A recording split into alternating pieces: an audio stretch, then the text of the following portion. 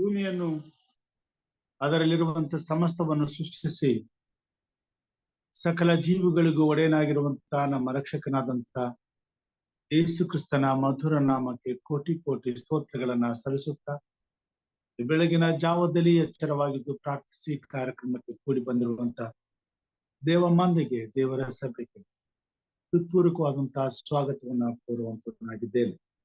ಕರ್ತನು ಈ ಮುಂಜಾನೆ ನಮ್ಮನ್ನ ಆಶೀರ್ವದಿಸಲಿ. ವೇದ ಪಾರಾಯಣಕ್ಕಾಗಿ ನಾನು ಆರಿಸಿಕೊಂಡಂತ ಭಾಗ ಮತ್ತಾಯನ ಬರೆದಂತ ಸುವಾರ್ತೆ 19ನೇ ಅಧ್ಯಾಯ 16ರಿಂದ ಕೆಲವೊಂದು ವಚನಗಳು. ಮತ್ತಾಯನ ಬರೆದಂತ ಸುವಾರ್ತೆ 19ನೇ ಅಧ್ಯಾಯ 16ರಿಂದ ಕೆಲವೊಂದು ವಚನಗಳು. ಆಗ ಒಬ್ಬನು ಬಂದು ಆತನನ್ನು, ಬೋಧಕನೇ, ನಾನು ನಿತ್ಯ ಜೀವವನ್ನು ಪಡೆಯಬೇಕಾದರೆ ಏನು ಒಳ್ಳೆಯ ಕಾರ್ಯವನ್ನು ಮಾಡಬೇಕು ಎಂದು ಕೇಳಲಾಗಿ, ಆತನು ಅವನಿಗೆ, ಒಳ್ಳೆಯದನ್ನು ಕುರಿತು ನನ್ನನ್ನು ಯಾಕೆ ಕೇಳುತ್ತಿ? ಒಳ್ಳೆಯವನು ಒಬ್ಬನೇ. ಆದರೆ ಆ ಜೀವದಲ್ಲಿ ಸೇರಬೇಕೆಂದಿದ್ದರೆ ದೇವರ ಆಜ್ಞೆಗಳಿಗೆ ಸರಿಯಾಗಿ ನಡೆದುಕೋ ಎಂದು ಹೇಳಿದಕ್ಕೆ ಅವನು ಅವು ಯಾವುವು ಎಂದು ಕೇಳಲು, ಯೇಸು, ನರಹತ್ಯೆ ಮಾಡಬಾರದು, ವ್ಯಭಿಚಾರ ಮಾಡಬಾರದು, ಕದಿಯಬಾರದು, ಸುಳ್ಳು ಸಾಕ್ಷಿ ಹೇಳಬಾರದು, ನಿನ್ನ ತಂದೆ ತಾಯಿಗಳನ್ನು ಸನ್ಮಾನಿಸಬೇಕು ಮತ್ತು ನಿನ್ನ ಹಾಗೆಯೇ ನಿನ್ನ ನೆರೆಯವನನ್ನು ಪ್ರೀತಿ ಮಾಡಬೇಕು ಎಂಬುವುಗಳೇ ಅಂದನು. ಆ ಯೌವನಸ್ಥನು ಆತನನ್ನು, ಇವೆಲ್ಲಕ್ಕೂ ಸರಿಯಾಗಿ ನಡ್ಕೊಂಡಿದ್ದೇನೆ, ಇನ್ನೇನು ಕಡಿಮೆಯಾಗಿರಬಹುದು ಎಂದು ಕೇಳಲು, ಯೇಸು ಅವನಿಗೆ, ನೀನು ಸಂಪೂರ್ಣನಾಗಬೇಕೆಂದಿದ್ದರೆ ಹೋಗಿ ನಿನ್ನ ಆಸ್ತಿಯನ್ನು ಮಾರಿ ಬಡವರಿಗೆ ಕೊಡು, ಪರಲೋಕದಲ್ಲಿ ನಿನಗೆ ಸಂಪತ್ತಿರುವುದು, ನೀನು ಬಂದು ನನ್ನನ್ನು ಹಿಂಬಾಲಿಸು ಎಂದು ಹೇಳಿದನು. ಆ ಯೌವನಸ್ಥನು ಬಹಳ ಆಸ್ತಿಯುಳ್ಳವನಾಗಿದ್ದರಿಂದ ಈ ಮಾತನ್ನು ಕೇಳಿ ದುಃಖದಿಂದ ಹೊರಟು ಹೋದನು. ದೇವರು ವಾಕ್ಯ ಭಾಗವನ್ನ ನಮ್ಮೆಲ್ಲರ ಆತ್ಮಿಕ ಲಾಭಕ್ಕಾಗಿ ಆಶೀರ್ವಾದ ಮಾಡಲಿ. ನಮ್ಮ ಜೊತೆಯಲ್ಲಿ ಹಿರಿಯರಾದಂತ ಲೋಕ್ಯ ಸಂಕಲ್ ಅವರಿದ್ದಾರೆ. ಅವರು ಪ್ರಾರಂಭದ ಪ್ರಾರ್ಥನೆಯಲ್ಲಿ ನಮ್ಮನ್ನು ನಡೆಸಬೇಕೆಂಬುದಾಗಿ ಕೇಳ್ಕೊಂಡು.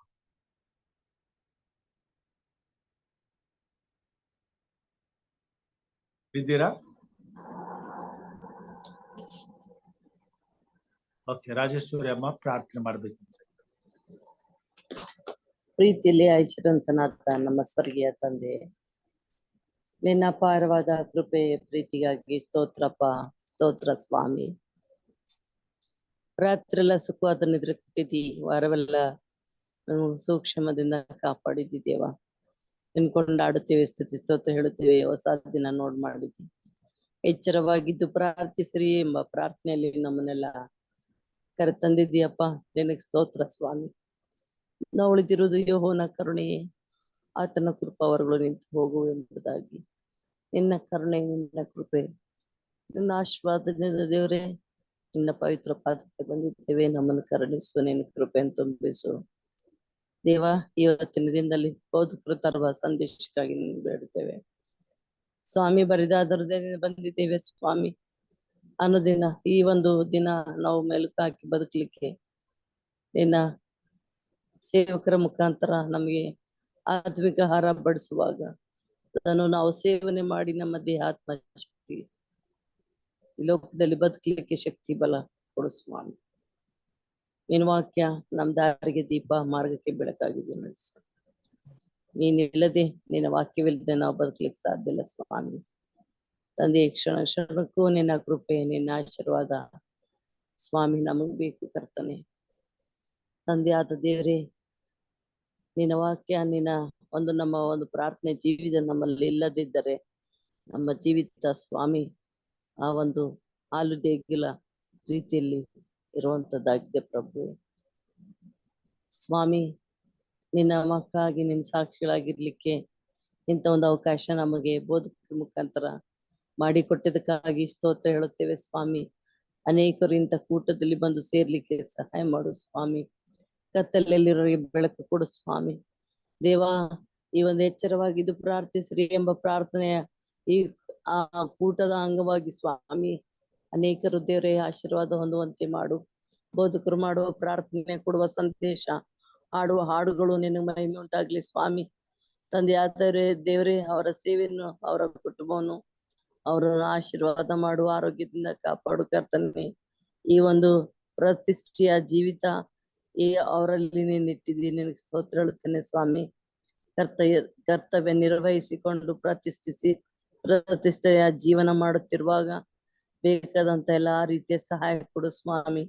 ಈ ಒಂದು ಝೂಮ್ ಆ್ಯಪ್ ನಡ್ಸ್ಕೊಂಡು ಹೋಗ್ಲಿಕ್ಕೆ ಅವರಿಗೆ ಬೇಕಾದ ಹಣದ ಸಹಾಯ ಬೇಕು ಸ್ವಾಮಿ. ತಂದೆಯಾದ ದೇವ್ರೆ, ಅದಕ್ಕೆ ನಿನ್ನ ಕೃಪೆ ಆಶೀರ್ವಾದ ಕೊಡಪ್ಪ ರಕ್ಷಕನೇ. ಯಾವುದೇ ಹೆಜ್ಜೆ ಇಡ್ಬೇಕಾದ್ರೂ ಸ್ವಾಮಿ ಆ ಒಂದು ಹಣ ಬೇಕು ಕರ್ತನೆ. ಇಂತಹ ದೊಡ್ಡ ಸೇವೆ ಮಾಡ್ಲಿಕ್ಕೆ ಅವರಿಗೆ ನೀನು ಮನಸ್ಸು ಕೊಟ್ಟಿದ್ದೀ, ಅದಕ್ಕೆ ಬೇಕಾದಂತ ಹಣದ ಸಹಾಯ ನೀನು ಕೊಡಪ್ಪ. ತಂದೆಯಾದ ದೇವರೇ, ಸೇರಿ ಬರುವ ಎಲ್ಲಾ ನಿನ್ನ ಮಕ್ಕಳನ್ನ ಆಶೀರ್ವದಿಸು. ಇವತ್ತಿನ ಧ್ಯಾನವು ನಮ್ಮನ್ನು ನಡೆಸಿ ಕಾಪಾಡು. ವಾಕ್ಯದಿಂದಲೂ ಹಾಡಿನಿಂದಲೂ ಪ್ರಾರ್ಥನೆಯಿಂದಲೂ ನಮ್ಮೆಲ್ಲರನ್ನು ಬಲಪಡಿಸಿ ಉತ್ತೇಜಿಸಿ ನಿನ್ನ ನೊಂದು ಬೆಂದು ಬಂದಂತ ನಿನ್ನ ಮಕ್ಕಳಿಗೆ ಆಶ್ರಯದುರ್ಗ ಕೋಟೆ ಬಂಡಿಯಾಗಿದ್ದು ಸ್ವಾಮಿ, ನಿನ್ನ ಕೃಪಾಸನದಲ್ಲಿ ಸುರಕ್ಷಿತವಾಗಿ ಕ್ಷೇಮವಾಗಿ ಸ್ವಾಮಿ ಕಾಪಾಡುತ್ತಾ ಈ ಮಹಿಮಂತ ಬರುತ್ತೆ ಅಂತ ಹೇಳಿ ನಮ್ಮ ಪ್ರಭು ರಕ್ಷಕನಾಥ ಯೇಸುವೆ ನಿನ್ನ ಪವಿತ್ರವಾದ ನಾಮದಲ್ಲಿ ದಿನಗಳಾಗಿ ಅಡ್ಡಬಿದ್ದು ಬೇಡ್ತೇನೆ ಸ್ವಾಮಿ. ಆಮೇಲೆ ಉತ್ತಮವಾದಂತಹ ಪ್ರಾರ್ಥನೆಗಾಗಿ ಸಹೋದರಿ ರಾಜೇಶ್ವರಿ ಅವರಿಗೆ ನಾನು ವಂದನೆಗಳನ್ನ ಸಲ್ಲಿಸ್ತೇನೆ. ದೇವರು ನಿಮ್ಮನ್ನ ಅತ್ಯಧಿಕವಾಗಿ ಆಶೀರ್ವದಿಸಿ ಹೆಚ್ಚಿನ ರೀತಿಯಲ್ಲಿ ತನ್ನ ಸೇವೆಯಲ್ಲಿ ತನ್ನ ಘನತೆಗಾಗಿ ಉಪಯೋಗಿಸಲಿ ಎಂಬುದಾಗಿ ಪ್ರಾರ್ಥಿಸುತ್ತೇನೆ.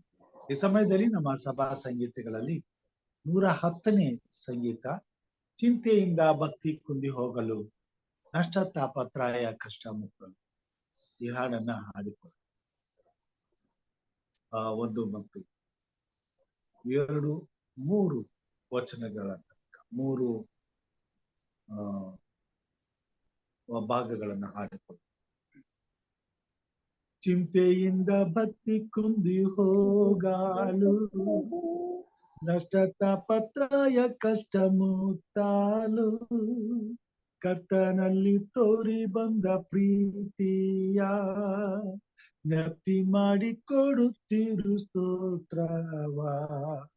ಕ್ರಿಸ್ತನಲ್ಲಿ ಬಂದ ಭಾಗ್ಯವು ಭಕ್ತನದ ನಿನ್ನ ಪಾಲಿಗೂ ಅಷ್ಟೆಷ್ಟೆಂದು ಲೆಕ್ಕ ಮಾಡಲು ನಿನ್ನ ಕೈಗಳಲ್ಲಿಯೂ ಅಸಾಧ್ಯವು. ರತ್ನ ಚಿನ್ನ ಬೆಳ್ಳಿ ಲೋಕದವರು ಕೂಡಿಸಿಟ್ಟು ತುಂಬಾನಂದ ಪಾಡುವರು, ಅವು ಸ್ವಲ್ಪ ಕಾಲ ಮಾತ್ರ ಬಾರುವವು. ಯೇಸು ಕೊಟ್ಟ ಭಾಗ್ಯವೆಂದು ಹೋಗಾದು, ಕ್ರಿಸ್ತನಲ್ಲಿ ಬಂದ ಭಾಗ್ಯವು ಭಕ್ತನಾದ ನಿನ್ನ ಪಾಲಿಗೂ ಅಷ್ಟೆಷ್ಟೆಂದು ಲೆಕ್ಕ ಮಾಡಲು ನಿನ್ನ ಕೈಗಳಲ್ಲಿಯೂ ಅಸಾಧ್ಯವು. ಯಾವ ಕಷ್ಟದಲ್ಲಿ ನೀನು ಬಿದ್ದಾರು, ಲೋಕದ್ವೇಷ ಮಾಡಿ ಪೀಡಿಸಿದಾರು, ನಿನ್ನ ಭಾಗ್ಯವೆಂದು ಹೋಗಲಾರದು. ಅದು ಕ್ರಿಸ್ತನಲ್ಲಿ ಭದ್ರವಾದು. ಕ್ರಿಸ್ತನಲ್ಲಿ ಬಂದ ಭಾಗ್ಯವು ಭಕ್ತನಾದ ನಿನ್ನ ಪಾಲಿಗೂ ಅಷ್ಟೆಷ್ಟೆಂದು ಲೆಕ್ಕ ಮಾಡಲು ನಿನ್ನ ಕೈಗಳಲ್ಲಿಯೂ ಅಸಾಧ್ಯವು. ದೇವರ ನಾಮಕ್ಕೆ ಕೋಟಿ ಕೋಟಿ ಸ್ತೋತ್ರಗಳನ್ನ ಸಲ್ಲಿಸುತ್ತಾ ಕೂಡಿ ಬಂದಿರುವಂತ ದೇವರ ಸಭೆಗೆ ಮತ್ತೊಮ್ಮೆ ಹೃತ್ಪೂರ್ವಕವಾದಂತಹ ಸ್ವಾಗತವನ್ನ ಕೋರುವಂತವನಾಗಿದ್ದೇನೆ. ಕಳೆದ 2 ದಿವಸಗಳಿಂದ ನಾವು ಈ ಭೂಮಿ ಮೇಲೆ ವಾಸಿಸುವಂತ 4 ರೀತಿಯ ಜನರ ಕುರಿತಾಗಿ ನಾವು ಕಲಿಯುತ್ತಾ ಇದ್ದೇವೆ. ದೇವರೇ ಇಲ್ಲ ಅನ್ನುವವರು, ದೇವರಿದ್ದಾನೆಂದು ನಂಬಿ ಭಯಭಕ್ತಿಯಿಂದ ನಡೆದುಕೊಳ್ಳುವವರು, ದೇವರಿದ್ದಾನೆಂದು ನಂಬಿದರೂ ದೇವರಿಗೆ ಭಯಪಡದವರು, ಕೊನೆಯದಾಗಿ ದೇವರಿಗೂ ಪ್ರೀತಿಸುವವರಾಗಿ ಈ ಲೋಕವನ್ನು ಪ್ರೀತಿಸುವವರಾಗಿ ಇಬ್ಬರು ಯಜಮಾನರನ್ನ ಹೊಂದಿದವರಾಗಿ ಬದುಕುವಂತವರು. ಇವರನ್ನ 50-50 ಎಂಬುದಾಗಿ ಕರೆಯಬಹುದು. ದೇವರು ಬೇಕು, ಲೋಕವೂ ಬೇಕು. ದೇವರನ್ನು ಪ್ರೀತಿಸುವವರು ಈ ಲೋಕದ ಭೋಗಗಳನ್ನು ಪ್ರೀತಿಸುವವರು. ಇವರು 4ನೆಯ ಕುರಿತಾದಂತಹ ಜನರು.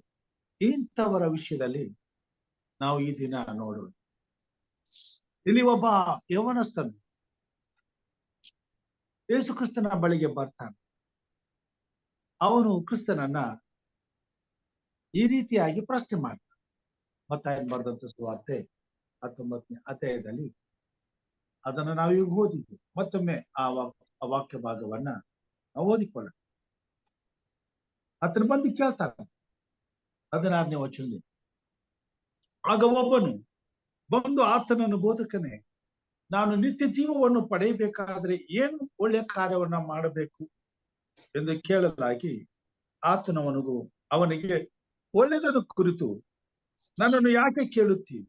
ಒಳ್ಳೆಯವನು ಒಬ್ಬನೇ, ಆದ್ರೆ ಆ ಜೀವನದಲ್ಲಿ ಸೇರಬೇಕೆಂದಿದ್ದರೆ ದೇವರ ಆಜ್ಞೆಗಳಿಗೆ ಸರಿಯಾಗಿ ನಡೆದುಕೋ ಎಂದು ಕೇಳಿದಕ್ಕೆ ಅವನು ಅವು ಯಾವುವು ಎಂದು ಕೇಳಲು ಯೇಸು, ನರಹತ್ಯೆ ಮಾಡಬಾರದು, ವ್ಯಭಿಚಾರ ಮಾಡಬಾರದು, ಕದಿಯಬಾರದು, ಸುಳ್ಳು ಸಾಕ್ಷಿ ಹೇಳಬಾರದು, ನಿನ್ನ ತಂದೆ ತಾಯಿಗಳನ್ನು ಸನ್ಮಾನಿಸಬೇಕು ಮತ್ತು ನಿನ್ನ ಹಾಗೆಯೇ ನಿನ್ನ ನೆರೆಯವನನ್ನು ಪ್ರೀತಿ ಮಾಡಬೇಕು ಎಂಬುವುಗಳೇ ಅಂದನು.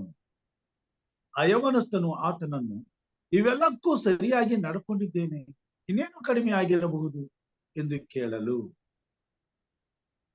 ಈ ವಾಕ್ಯ ಭಾಗದಲ್ಲಿ ನಾವು ನೋಡ್ತೇವೆ, ಈ ವ್ಯಕ್ತಿಗೆ ದೇವರ ಭಯ ಭಕ್ತಿ ಎರಡೂ ಇರ್ತದೆ.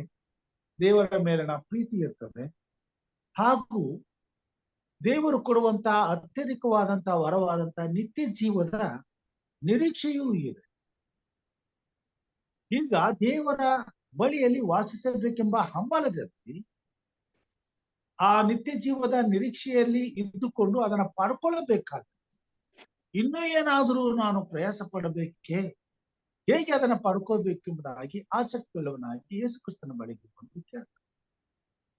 ಆಗ ಸ್ವಾಮಿ ಹೇಳ್ತಾರೆ, ಹೋಗು, ದೇವರ ಆಜ್ಞೆಗಳನ್ನ ಕೈಕೊಂಡು ನಿನಗೆ ಗೊತ್ತಿರ್ತದೆ ದೇವರ ಆಜ್ಞೆಗಳು ಏನೆಂಬುದಾಗಿ. ಆದ್ರೂ ಕೇಳ್ತಾನೆ, ಅವು ಯಾವುವು? ಆಗ ಸ್ವಾಮಿ 10 ಆಜ್ಞೆಗಳ ಬಗ್ಗೆ, ಅಯ್ಯೋ ಇದನ್ನ ನಾನು ಚಿಕ್ಕಂದಿನಿಂದಲೂ ಕೈಕೊಂಡು ಹಿಡಿತಾ ಇದ್ದೇನೆ. ಅವಾಗ ಸ್ವಾಮಿ ಇನ್ನೊಂದು ವಿಷಯ ಹೇಳ್ತಾರೆ, ಅವನು ಬಹಳ ಐಶ್ವರ್ಯವಂತರಾಗಿರುವುದರಿಂದ ನಿನ್ನಲ್ಲಿರುವುದನ್ನೆಲ್ಲ ಮಾರಿ ಬಡವರಿಗೆ ಕೊಡು. ಈ ಮಾತನ್ನ ಕೇಳಿ ಅವನು ಮುಖವನ್ನ ಸಪ್ಪಗೆ ಮಾಡಿಕೊಂಡು ಹೊರಟು ಹೋಗ್ತಾನೆ. ಯಾಕಂತಂದ್ರೆ ಅವರು ಈ ಲೋಕದಲ್ಲಿ ಇರುವಂತ ಸುಖವನ್ನ ಬಿಟ್ಕೊಡೋದಕ್ಕೆ ಇಷ್ಟಪಡೋದು, ತ್ಯಾಗ ಮಾಡೋದಕ್ಕೆ ಇಷ್ಟಪಡೋದು, ದೇವರ ಮಾರ್ಗಗಳಿಗೆ ತಮ್ಮ ಹೃದಯವನ್ನು ಒಪ್ಪಿಸಿಕೊಡುವುದಕ್ಕೆ ಇಷ್ಟಪಡೋದು, ದೇಹದ ಸುಖವನ್ನು, ಈ ಲೋಕದ ಆಸೆಗಳನ್ನು ಪೂರೈಸಿಕೊಳ್ಳುವಂತ ಮಾರ್ಗಗಳನ್ನು ಇಚ್ಛೆ ಪಡ್ತಾರೆ. ಅದರ ಜೊತೆಗೆ ಅಷ್ಟೇ ದೇವರ ಸೇವೆಯನ್ನು, ದೇವರ ರಾಜ್ಯವನ್ನು, ದೇವರನ್ನು ಪ್ರೀತಿಸುವಂತವರು ಎರಡು ಬೇಕು. ಅದಕ್ಕೆ ಸ್ವಾಮಿ ಮತ್ತಾಯನ ಸುವಾರ್ತೆ 6ನೇ ಅಧ್ಯಾಯದಲ್ಲಿ ಮಾತುಗಳನ್ನ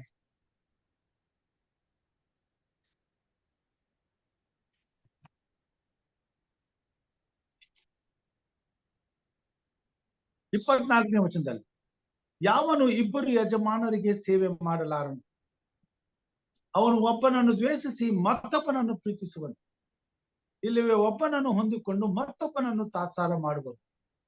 ನೀವು ದೇವರನ್ನು ಧನವನ್ನು ಕೂಡ ಸೇವಿಸಲಾರಿರಿ.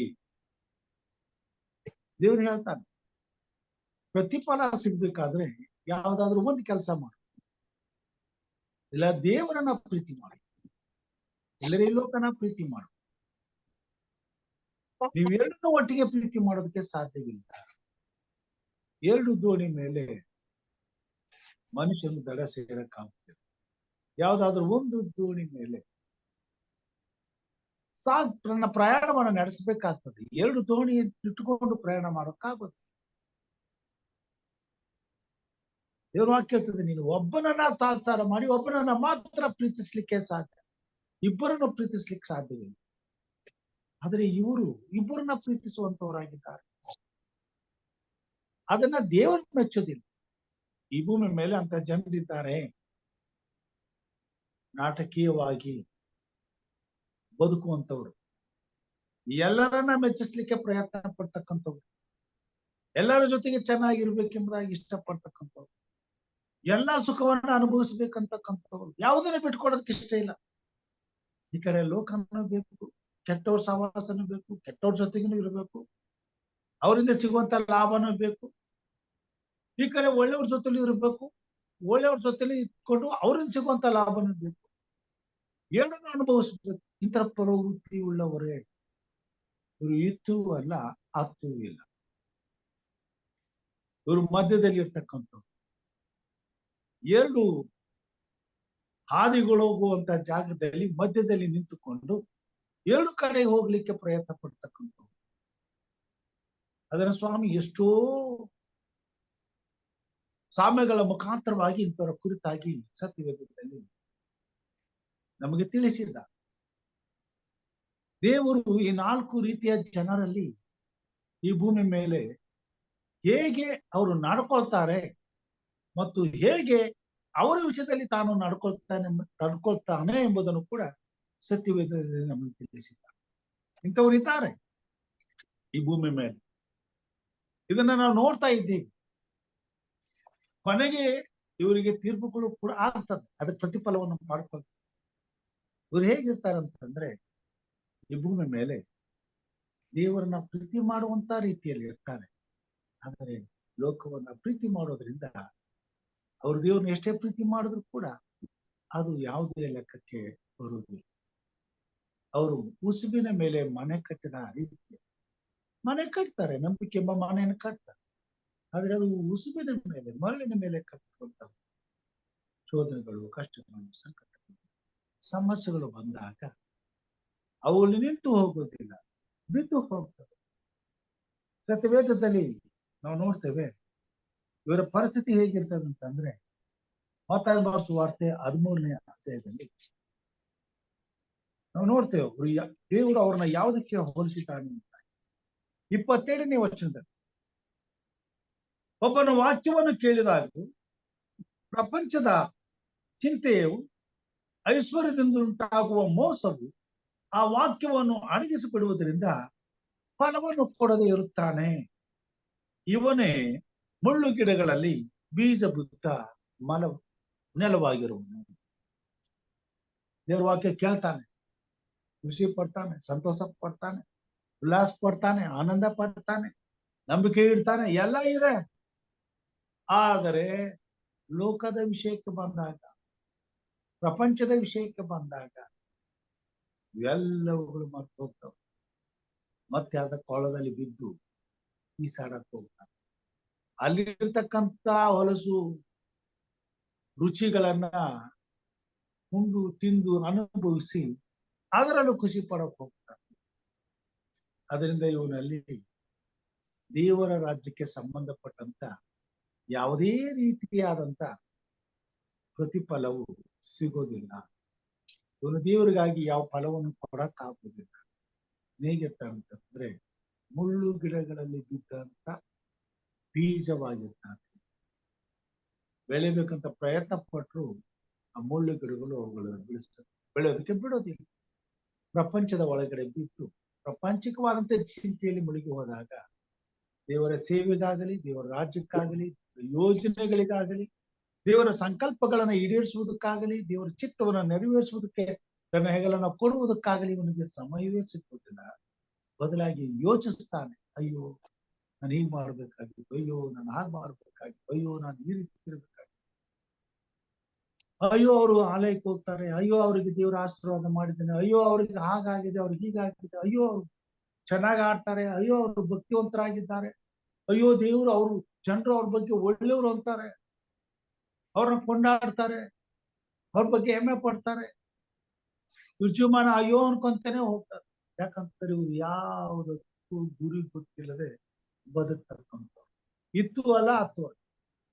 ಅದನ್ನು ಪ್ರೀತಿ ಮಾಡ್ತಾರೆ, ಇದನ್ನು ಆಸೆ ಪಡ್ತಾರೆ, ಅದನ್ನು ಆಸೆ. ದೇವರ ರಾಜ್ಯದ ವಿಷಯದಲ್ಲಿ ಇವರು ನಿಷ್ಫಲರಾಗಿರ್ತಾರೆ ಎಂಬುದಾಗಿ. ಇವ್ರು ಹೇಗಿರ್ತಾರೆ ಅಂತಂದ್ರೆ ಇವ್ರ ಜೀವಮಾನ ದೇವರನ್ನ ಪ್ರೀತಿ ಮಾಡ್ತಾರೆ, ದೇವರ ಸೇವೆಯಲ್ಲಿ ಆಸೆ ಪಡ್ತಾರೆ, ದೇವರ ಯೋಜನೆಗಳನ್ನ ಇಷ್ಟಪಡ್ತಾರೆ. ಆದರೆ ಈ ಎಲ್ಲಾ ವಿಷಯಗಳಲ್ಲಿ ಯಾವ ಫಲವನ್ನು ಕಾಣಲಾರದೆ ಕೊಡಲಿಕ್ಕಾಗದೆ ಬರುತ್ತೆ.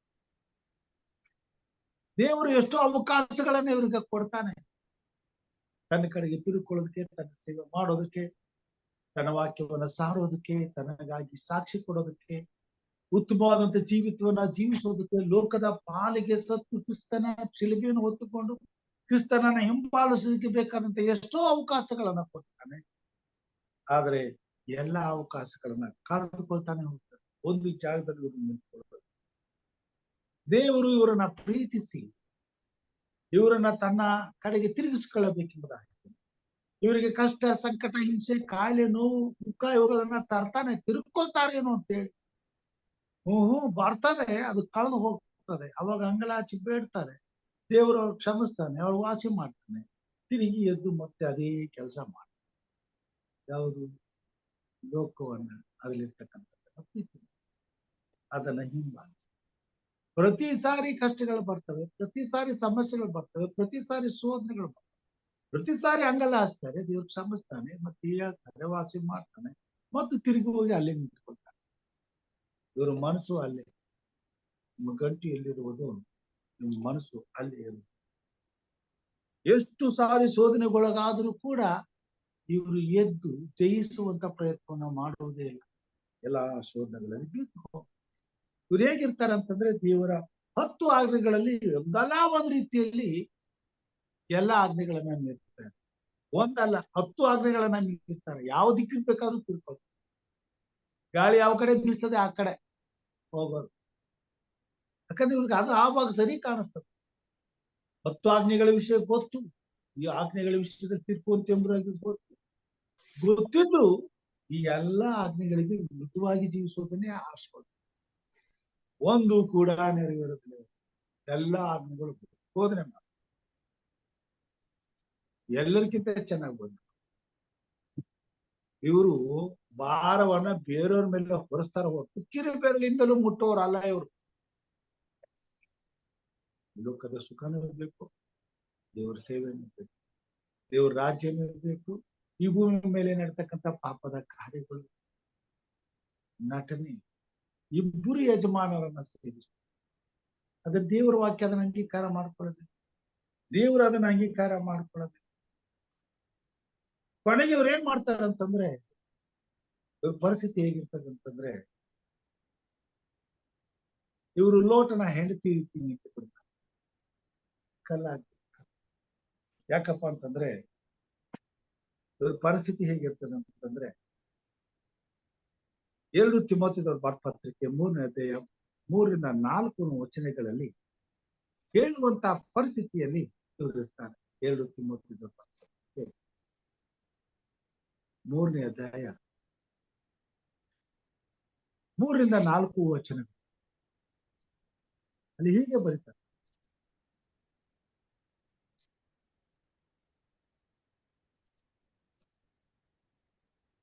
ದೇವ ಭಯವಿಲ್ಲದವರು, ಮಮತೆ ಇಲ್ಲದವರು, ಸಮಾಧಾನವಾಗದವರು, ಚಾಡಿ ಹೇಳುವವರು, ದಮೆಯಿಲ್ಲದವರು, ಉಗ್ರತೆಯುಳ್ಳವರು, ಒಳ್ಳೆಯದನ್ನು ಪ್ರೀತಿಸದವರು, ದ್ರೋಹಿಗಳು, ದುಡುಕಿನವರು, ಉಪ್ಪಿಕೊಂಡವರು, ದೇವರನ್ನು ಪ್ರೀತಿಸದೆ ಭೋಗಗಳನ್ನೇ ಪ್ರೀತಿಸುವವರು, ಭಕ್ತಿಯ ವೇಷವಿದ್ದು ಅದರ ಬಲವನ್ನು ಬೇಡವೆನ್ನುವವರು ಆಗಿರುವರು.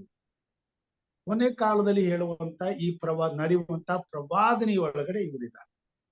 ಈ ಎಲ್ಲಾ ಗುಣಗಳು ಇವರಲ್ಲಿ ತುಂಬಬೇಕು. ದೇವರ ಬಲ ಬೇಕು, ದೇವರ ಸೇವೆ ಬೇಕು. ಆದರೆ ಅದು ಭಕ್ತಿಯ ವೇಷವಾಗಿದೆ ಹೊರತು ಅದರ ನಿಜವಾದಂತಹ ಬಲವನ್ನ ಇವರು ತಿರಸ್ಕಾರ ಉಂಟು. ದೇವರನ್ನು ಪ್ರೀತಿಸದೆ ಭೋಗಗಳನ್ನು ಪ್ರೀತಿಸುವವರು ಭಕ್ತಿಯ ವೇಷ ಬಿದ್ದು ಕೇವಲ ತೋರ್ವಿಕೆಗಾಗಿ ವೇಷ ಹಾಕಿಕೊಂಡು ಭಕ್ತರ ಹಾಗೆ ನಟಿಸುವಂತವರು, ಜೀವಿಸುವಂತವರು. ಹೇಳ್ಕೊಳ್ಳೋದಕ್ಕೆ ಕ್ರೈಸ್ತರು, ಹೇಳ್ಕೊಳ್ಳೋದಕ್ಕೆ ಎಲ್ಲಾ ವಿಷಯದಲ್ಲೂ ಕ್ರೈಸ್ತೀಯತೆಯನ್ನು ಅನುಸರಿಸಿ ನಡೆಯುವಂತ ರೀತಿ ನಟನೆಗಳನ್ನ ಮಾಡ್ತಾರೆ. ಎಲ್ಲಾ ವಿಷಯದಲ್ಲಿ ಕೆಲವು ಸಾರಿ ಇವರು ಒಂದು ಹೆಜ್ಜೆ ಮುಂದೆ ಇರ್ತಾರೆ, ಆದ್ರೆ ಭಾರ ಬರುವಂತ ಸಮಯದಲ್ಲಿ ಎಲ್ಲಾರಕ್ಕಿಂತ ಹಿಂದೆ ನಿಂತ ಬೇರೆಯವರ ತಂದಲು ಮುಂದೆ ನಿಲ್ಲಿಸ್ಬಿಟ್ಟು ಹಿಂದಕ್ಕೆ ಹಿಂದಕ್ಕೆ ಹಿಂದಕ್ಕೆ ಕಡೆ ಲಾಸ್ಟ್ ಭಾರವನ್ನ ಹೊತ್ಕೊಳ್ಳೋದಕ್ಕೆ ಇಷ್ಟ. ದ್ವೇಷ. ದೇವರು ಅವಕಾಶ ಮಾಡಿಕೊಟ್ಟಾಗ ಎಲ್ಲಾ ರೀತಿಯಂತ ಅವಕಾಶಗಳಿಂದ ಇವರು ತಮಗೆ ತಾವೇ ವಂಚನೆ ಮಾಡಿಕೊಳ್ತಾರೆ. ಇಂಥವ್ರ ಕುರಿತು ಸ್ವಾಮಿ ಈ ರೀತಿ ಹೇಳ್ತಾನೆ 25ನೇ ಅಧ್ಯಾಯದಲ್ಲಿ. 25ನೇ ಅಧ್ಯಾಯದಲ್ಲಿ ಇವ್ರನ್ನ ಯಾವ ಒಂದು ಗುಂಪಿಗೆ ಸೇರಿಸ್ತಾನೆ ಅಂತಂದ್ರೆ, ಇಲ್ಲಿ ನಾವು ನೋಡ್ತೇವೆ 10 ಮಂದಿ ಕನ್ನಿಕೆಯರ ಸಾಮ್ಯವನ್ನ ನಾವು ನೋಡುವಂತರಾಗಿ. ಈ 10 ಮಂದಿ ಕನ್ನಿಕೆಯರ ಸಾಮ್ಯದಲ್ಲಿ 5 ಮಂದಿ ಬುದ್ಧಿವಂತರು, ಇನ್ನು 5 ಮಂದಿ ಬುದ್ಧಿ ಇಲ್ಲದವರಾಗಿ ಇವರು ಈ ಗುಂಪಿನಲ್ಲಿ ಸೇರಿದವರಾಗಿರ್ತಾರೆ. 1ನೇ ವಚನದಿಂದ, ಆಗ ಪರಲೋಕ ರಾಜ್ಯವು ಆರ್ತಿಗಳನ್ನು ತೆಗೆದುಕೊಂಡು ಮದಲಿಂಗನನ್ನು ಎದುರುಗೊಳ್ಳುವುದಕ್ಕೆ ಹೊರಟಂತ 10 ಮಂದಿ ಕನ್ಯೆಯರಿಗೆ ಹೋಲಿಕೆ ಆಗಿರುವುದು. ಅವರಲ್ಲಿ 5 ಮಂದಿ ಬುದ್ಧಿ ಇಲ್ಲದವರು, 5 ಮಂದಿ ಬುದ್ಧಿವಂತರು. ಬುದ್ಧಿ ಇಲ್ಲದವರು ತಮ್ಮ ಆರ್ತಿಗಳನ್ನು ತಕ್ಕೊಂಡರು, ಆದರೆ ಎಣ್ಣೆ ತಕ್ಕೊಳ್ಳಲಿಲ್ಲ. ಬುದ್ಧಿವಂತರು ತಮ್ಮ ಆರ್ತಿಗಳು ಕೂಡ ಪಾತ್ರೆಗಳಲ್ಲಿ ಎಣ್ಣೆಯನ್ನು ತಗೊಂಡು.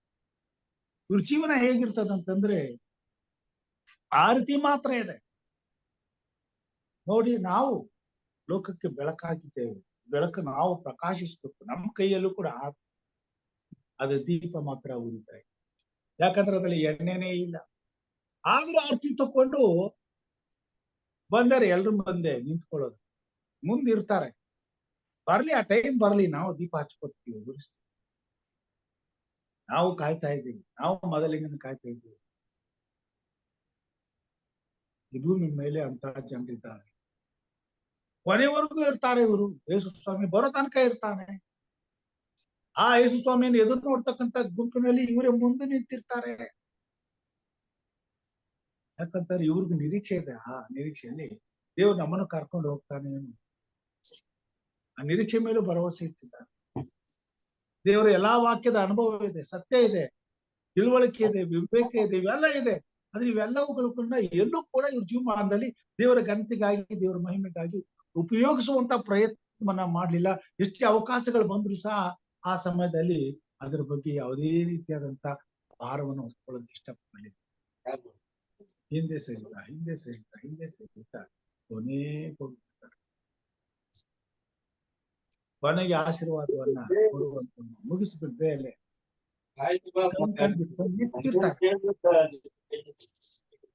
ಇಂಥವ್ರನ್ನ ಸ್ವಾಮಿ ಈ ರೀತಿ ಹೇಳುವಂತವನಾಗಿದ್ದ. ಮತ್ತಾಯನ ಸುವಾರ್ತೆ 7ನೇ ಅಧ್ಯಾಯ ಲಾಸ್ಟ್ಗೆ ಇವ್ರ ಪರಿಸ್ಥಿತಿ ಹೇಗಾಗ್ತದಂತಂದ್ರೆ, ಯಾವ ಗುಂಪಿನಲ್ಲಿ ಇರ್ತಾರೆ ಅಂತಂದ್ರೆ, ಈ ಭೂಮಿ ಮೇಲೆ ಇದ್ದಾರೆ ದೇವರಿಗೋಸ್ಕರ ಎಲ್ಲಾ ರೀತಿಯಲ್ಲಿ, ಆದ್ರೆ ಅವ್ರ ಜೀವಮಾನ ಹೀಗಿರ್ತದೆ. 21ನೇ ವಚನದಿಂದ, ನನ್ನನ್ನು ಸ್ವಾಮಿ ಸ್ವಾಮಿ ಅನ್ನುವರೆಲ್ಲರೂ ಪರಲೋಕ ರಾಜ್ಯದಲ್ಲಿ ಸೇರುವರೆಂದು ನೆನೆಸಬೇಡಿರು. ಪರಲೋಕದಲ್ಲಿರುವ ನನ್ನ ತಂದೆಯ ಚಿತ್ತದಂತೆ ನಡೆಯುವವನೇ ಪರಲೋಕಕ್ಕೆ ಸೇರುವನು. ಸ್ವಾಮಿ ಸ್ವಾಮಿ, ನಿನ್ನ ಹೆಸರಿನ ಮೇಲೆ ನಾವು ಬೋಧನೆ ಹೇಳಲಿಲ್ಲವೇ? ನಿನ್ನ ಹೆಸರಿನ ಮೇಲೆ ದೆವ್ವಗಳನ್ನು ಬಿಡಿಸಲಿಲ್ಲವೇ? ನಿನ್ನ ಹೆಸರಿನ ಮೇಲೆ ಅನೇಕ ಮಹತ್ಕಾರ್ಯಗಳನ್ನು ಮಾಡಲಿಲ್ಲವೇ ಎಂದು ಆ ದಿನದಲ್ಲಿ ಎಷ್ಟೋ ಜನರು ನನಗೆ ಹೇಳುವರು. ಆಗ ನಾನು ಅವರಿಗೆ, ನಾನೆಂದೂ ನಿಮ್ಮ ಗುರುತನ್ನು ಕಾಣುವೆನು. ಧರ್ಮವನ್ನು ಮೀರಿ ನಡೆಯುವವರೇ ನನ್ನಿಂದ ತೊಲಗಿ ಹೋಗಿರಿ ಎಂದು ಎಲ್ಲರ ಮುಂದೆ ಹೇಳಿದರು. ಇವರು ದೇವ ಜನರ ಜೊತೆಯಲ್ಲಿ ಇದ್ದುಕೊಂಡು, ದೇವರ ಸೇವೆಯಲ್ಲಿ ಇದ್ದುಕೊಂಡು ಇಂಥ ರೀತಿಯಾದಂತಹ ನಡವಳಿಕೆಯನ್ನು ಅನುಭವಿಸ್ತಕ್ಕಂಥ ಜನರು. ಅಂದ್ರೆ ಇಂಥ ರೀತಿಯ ಜನರು ಎಲ್ಲಾ ವರ್ಗದಲ್ಲೂ ಇದ್ದಾರೆ. ದೇವರನ್ನ ನಂಬಿರುವಂತ ಎಲ್ಲಾ ರೀತಿಯ ಜನರ ಮಧ್ಯದಲ್ಲಿ ಇವರು ವಾಸಿಸ್ತಾರೆ. ಇವ್ರ ನಡವಳಿಕೆಗಳೆಲ್ಲ ಲೋಕದ ಕಡೆಗೆ ವಾಲ್ತವೆ ಹೊರತು ಎಂದೂ ಕೂಡ ದೇವರ ನಿಯಮಗಳ ಕಡೆಗೆ, ದೇವರ ಯೋಜನೆಯ ಕಡೆಗೆ, ದೇವರ ಸಂಕಲ್ಪದ ಕಡೆಗೆ ಯಾವತ್ತೂ ಕೂಡ ಅದರ ಭಾರವನ್ನು ಹೊತ್ಕೊಳ್ಳೋದಕ್ಕೆ ಮನಸ್ಸೇ ಮಾಡ್ಲಿಲ್ಲ. ಸೋಲಿಕೆ ಮಾತ್ರ ಆರ್ತಿ ಹಿಡ್ಕೊಂಡು ನಿಂತಿರ್ತಾರೆ. ಬಟ್ ಮನ್ಸಲ್ಲಿ ಮಾತ್ರ ಪರಲೋಕಕ್ಕೆ ಹೋಗೋ ಅವಸರ ಇಲ್ಲ. ಅನೇಕ ಸಾರಿ ಅಂಕಲ್ ಲೋಕೇಶ್, ನಿಮ್ ಮೈಕ್ ಮ್ಯೂಟ್ ಮಾಡಿ ಪ್ಲೀಸ್.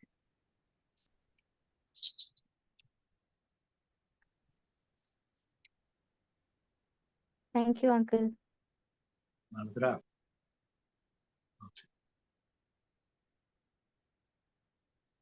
ಇವ್ರ ಪರಿಸ್ಥಿತಿ ಹೀಗಿರ್ತದೆ. ಕೊನೆಗೆ ಸಿಗುವಂತ ತೀರ್ಪು ಏನು? ಇವ್ರ ಮನಸ್ಸಿನಲ್ಲಿ ಎಷ್ಟೇ ಆಸೆ ಇಟ್ಕೊಂಡು ಅಲ್ಲಿ ನಿಂತಿದ್ರು ಸಹ ಸ್ವಾಮಿ ಹೇಳ್ತಾನೆ, ನೀವ್ಯಾರಪ್ಪ? ಅಯ್ಯೋ ಸ್ವಾಮಿ, ಗೊತ್ತಿಲ್ವಾ? ನೀನ್ ವಾಕ್ಯ ಕೇಳಿದ್ವಿ, ನಿನ್ ಚರ್ಚೆಗೆ ಬಂದ್ವಿ, ನಿನ್ ಕಾಣಿಕೆ ಕೊಟ್ವಿ, ನೀನ್ ಹೇಳಿದ್ದೆಲ್ಲ ಕೇಳ್ಕೊಂಡ್ವಿ, ಎಷ್ಟೊಂದು ಪ್ರೀತಿ ಮಾಡಿದ್ವಿ, ನಿನ್ನ ಹೆಸರಿನ ಮೇಲೆ ಎಷ್ಟೊಟ್ಟು ಅದ್ಭುತ ಕಾರ್ಯಗಳನ್ನ ಮಾಡಿದ್ವಿ, ಎಷ್ಟೋ ಕೂಟುಗಳನ್ನ ನಡೆಸಿದ್ವಿ, ಎಂತೆಂಥದ್ದೋ ಮಾಡಿದ್ವಿ. ಸ್ವಾಮಿ ಹೇಳ್ತಾರೆ, ನೀವ್ಯಾರೋ ನನಗ್ ಗೊತ್ತು. ಧರ್ಮವನ್ನ ಮೀರಿ ನಡೆಯುವ ಪ್ರೀತಿ ಮಾಡದಂತೂ ನಿಜ, ಆದ್ರೆ ಆ ಪ್ರೀತಿನಲ್ಲಿ ನಿಷ್ಕಪಟವಾದ ಪ್ರೀತಿ ಇರ್ಲಿಲ್ಲ, ಯಥಾರ್ಥವಾದ ಪ್ರೀತಿ ಇರ್ಲಿಲ್ಲ, ಕಪಟದಿಂದ ತುಂಬಿಟ್ಟ. ಎಲ್ಲಾನ ನೀವು ಇನ್ನೊಬ್ಬರ ಮೇಲೆ ಭಾರ ಹೊರಿಸಿದ್ರೆ ಹೊರತು, ಬೇರೆಯವ್ರ ದುಡ್ಡಿಂದ ಮಾಡಿದ್ರೆ ಹೊರತು, ನಿಮ್ಮ ಸ್ವಂತ ಪ್ರಯಾಸದಿಂದ ಬೆವರು ಸುರಿಸುತ್ತಂತ ಫಲದಿಂದ ನೀವು ದೇವ್ರಿಗೆ 10 ದುಡ್ಡು ಹಾಕ್ಲಿಲ್ಲ, ದೇವ್ರಿಗೆ ಖರ್ಚು ಮಾಡ್ಲಿಲ್ಲ, ದೇವ್ರ ಸೇವೆ ಮಾಡ್ಲಿಲ್ಲ, ದೇವರ ಘನತೆಗಾಗಿ, ದೇವರ ಗೌರವಕ್ಕಾಗಿ ಎಲ್ಲಾ ಪರಿಸ್ಥಿತಿಗಳನ್ನ ಎದುರಿಸಿ ನಿಂತು ದೇವರಿಗೆ ಸಾಕ್ಷಿ ಕೊಡುವಂತ ಪ್ರಯತ್ನ ಪಡ್ಲಿಲ್ಲ. ಅಂತ ಸಮಯದಲ್ಲಿ ದೇವ್ರನ್ನ ಮುಂದೆ ಮಾಡಿಬಿಟ್ಬಿಟ್ಟು ಬೇರೆಯವ್ರನ್ನ ಮುಂದೆ ಮಾಡಿ ನೀವು ಹಿಂದಿಗೆ ಸರಿದ್ರೆ ಹೊರತು ಎಲ್ಲೂ ನನ್ನ ಘನತೆಗಾಗಿ ನೀವು ನಿಂತ್ಕೊಳ್ಳುವಂತ ಪ್ರಯತ್ನ ಮಾಡಿ ಎಷ್ಟೋ ಅವಕಾಶಗಳನ್ನ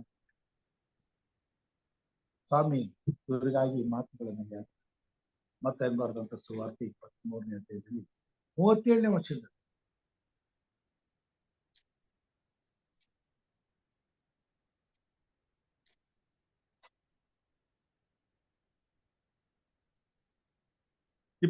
ಅಧ್ಯಾಯ 37ನೇ ವಚನದಲ್ಲಿ, ಯೆರೂಸಲೇಮೇ ಯೆರೂಸಲೇಮೇ, ಪ್ರವಾದಿಗಳ ಪ್ರಾಣವನ್ನು ತೆಗೆಯುವವಳೇ, ದೇವರು ನಿನ್ನ ಬಳಿಗೆ ಕಳಿಸುವ ಕೊಟ್ಟವರನ್ನು ಕಲ್ಲಿಸಿದು ಕೊಲ್ಲುವವಳೇ, ಕೋಳಿ ತನ್ನ ಮರಿಗಳನ್ನು ರೆಕ್ಕೆಗಳ ಕೆಳಗೆ ಕೂಡಿಸಿಕೊಳ್ಳುವಂತೆ ನಿನ್ನ ಮಕ್ಕಳನ್ನು ಕೂಡಿಸಿಕೊಳ್ಳುವುದಕ್ಕೆ ನನಗೆ ಎಷ್ಟೋ ಸಾರಿ ಮನಸ್ಸಿತ್ತು. ನಿನ್ನ ಎಲ್ಲಾ ನಡವಳಿಕೆಗಳನ್ನ ನಾನು ಗಮನಿಸುವಾಗ ನಿನ್ ಮೇಲೆ ನನಗೆ ಪ್ರೀತಿ ಇನ್ನಷ್ಟು ಇತ್ತು. ನಿನ್ ಕಳ್ಕೊಳ್ಳೋಕೆ ನನಗೆ ಇಷ್ಟ ಇಲ್ಲ. ಅದಕ್ಕಾಗಿ ನಾನು ನಿನಗೆ ಹೊಡೆದೆ ಶಿಕ್ಷೆ ಮಾಡಿ ನಿನ್ನನ್ನು ದಂಡಿಸಿದೆ, ನನ್ನ ಕಡೆ ತಿರ್ಕೊಳ್ಳುವಂತ ಎಲ್ಲಾ ಅವಕಾಶಗಳನ್ನ ಕೊಟ್ಟೆ. ಯಾಕಂದ್ರೆ ನನಗೆ ಮನಸ್ಸಿತ್ತು, ಕೋಳಿ ತನ್ನ ಮರಿಗಳನ್ನ ತನ್ನ ರೆಕ್ಕೆಗಳ ಮರೆಗೆ ಸೇರಿಸ್ಕೊಳ್ಳುವ ಹಾಗೆ ನಿನ್ನನ್ನು ಸೇರಿಸ್ಕೊಳ್ಬೇಕು, ನಿನ್ನನ್ನು ಜೊತೆಗೆ ಸೇರಿಸ್ಕೊಳ್ಬೇಕು, ನಿನ್ನನ್ನು ಜೋಪಾನ ಮಾಡ್ಬೇಕು, ನಿನ್ನನ್ನು ಸಂರಕ್ಷಿಸ್ಬೇಕು. ಆದ್ರೆ ಏನ್ ಮಾಡೋದು? ನನಗ್ ಮನಸ್ಸಿತ್ತು. ಮುಂದೆ ಹೇಳ್ತಾನೆ, ಕೋಳಿ ತನ್ನ ಮರಿಗಳನ್ನು ರೆಕ್ಕೆಗಳ ಕೆಳಗೆ ಕೂಡಿಸಿಕೊಳ್ಳುವಂತೆ ನಿನ್ನ ಮಕ್ಕಳನ್ನು ಕೂಡಿಸಿಕೊಳ್ಳುವುದಕ್ಕೆ ನನಗೆ ಎಷ್ಟೋ ಸಾರಿ ಮನಸ್ಸಿತ್ತು, ಆದರೆ ನಿಮಗೆ ಮನಸ್ಸಿಲ್ಲದೆ ಎಷ್ಟು ಅವಕಾಶಗಳನ್ನ ಮಾಡು, ನನ್ನ ಹಿಂಬಾಲಿಸೋದಕ್ಕೆ ಸಾಕಷ್ಟು ಅವಕಾಶಗಳನ್ನ ಮಾಡು, ನನ್ನ ನೊಗ ಹೊರೋದಕ್ಕೆ ಸಾಕಷ್ಟು ಅವಕಾಶಗಳನ್ನ ಮಾಡಿಕೊಟ್ರೆ, ಆದ್ರೆ ನೀವು ಯಾವುದನ್ನು ಕೂಡ ಮುಟ್ಲಿಲ್ಲ. ಯಾಕಂತಂದ್ರೆ ನನ್ನ ಹಿಂದೆ ಬರೋದಕ್ಕೆ ನಿಮ್ಗೆ ಮನಸ್ಸಿಲ್ಲದೆ ಹೋಯ್ತು. ನೀವು ಲೋಕವನ್ನೇ ಪ್ರೀತಿ ಮಾಡಿ ಲೋಟನ ಹೆಂಡತಿ ಹಾಗೆ ಹಿಂದಕ್ಕೆ ನೋಡಿದ್ರೆ ಹೊರತು ನಾನು ಹೇಳಿದ ಕಡೆಗೆ ನೀವು ನೋಡ್ಲೇ ಇಲ್ಲ, ನನ್ನ ಹಿಂದೆ ನೀವು ಬರಲೇ ಇಲ್ಲ. ಕೊನೆಗೆ ನೀವು ಕಲ್ಲಾಗಿ ಉಪ್ಪಾಗಿ ನಿಂತು ಈಗ ಬಂದು ಸ್ವಾಮಿ ಸ್ವಾಮಿ ನಾವು ಇವ್ರ ಜೊತೆಲಿ ಇದ್ವಲ್ಲ ಅಂತಂದ್ರೆ ನಾನೇನ್ ಹೇಳಿ, ನಾನೇನ್ ಹೇಳಿ? ಧರ್ಮ ಮೀರಿ ನಡೆಯುವವರೇ, ನೀವು ಯಾರು ನನಗೆ ಗೊತ್ತಿಲ್ಲ. ಅಲ್ಲಿ ಮುಂದೆ ಹೋಗಿ ಹೇಳ್ತಾನೆ ಇತ್ತು, ನೋಡಿರಿ ನಿಮ್ಮ ಆಲಯವು ನಿಮಗೆ ಬರಿದಾಗಿ ಕೊಟ್ಟಿದೆ, ಮನೆಗೆ ದೇವರ ಸನ್ನಿಧಾನದಲ್ಲಿ ಇವ್ರಿಗೆ ಯಾವ ರೀತಿಯಾದಂತ ಅವಕಾಶಗಳು ಸಿಗೋದಿಲ್ಲ. ನಿರಾಶೆ ಅವ್ರಿಗೆ ಕಾದಿತ್ತು. ನನ್ನನ್ನ ಬಿಟ್ಟು ತೊಲಗಿರಿ ಎಂಬ ಮಾತನ್ನ ಕೇಳಬೇಕು. ಮುಂದೆ ಇನ್ನೊಂದು ಮಾತನ್ನ ಹೇಳ್ತಾನೆ. ಮತ್ತಾದ್ನ ಸುವಾರ್ತೆ 11:24.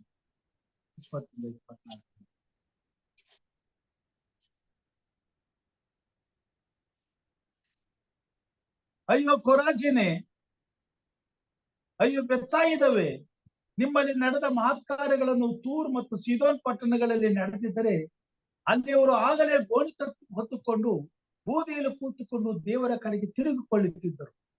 ಆದರೆ ನ್ಯಾಯ ವಿಚಾರಣೆ ದಿನದಲ್ಲಿ ನಿಮ್ಮ ಗತಿಗಿಂತಲೂ ತೂರ್ ಸೀದೋನ್ ಪಟ್ಟಣಗಳ ಗತಿಯು ಮೇಲಾಗಿರುವುದು ಎಂದು ನಿಮಗೆ ಹೇಳುತ್ತೇನೆ.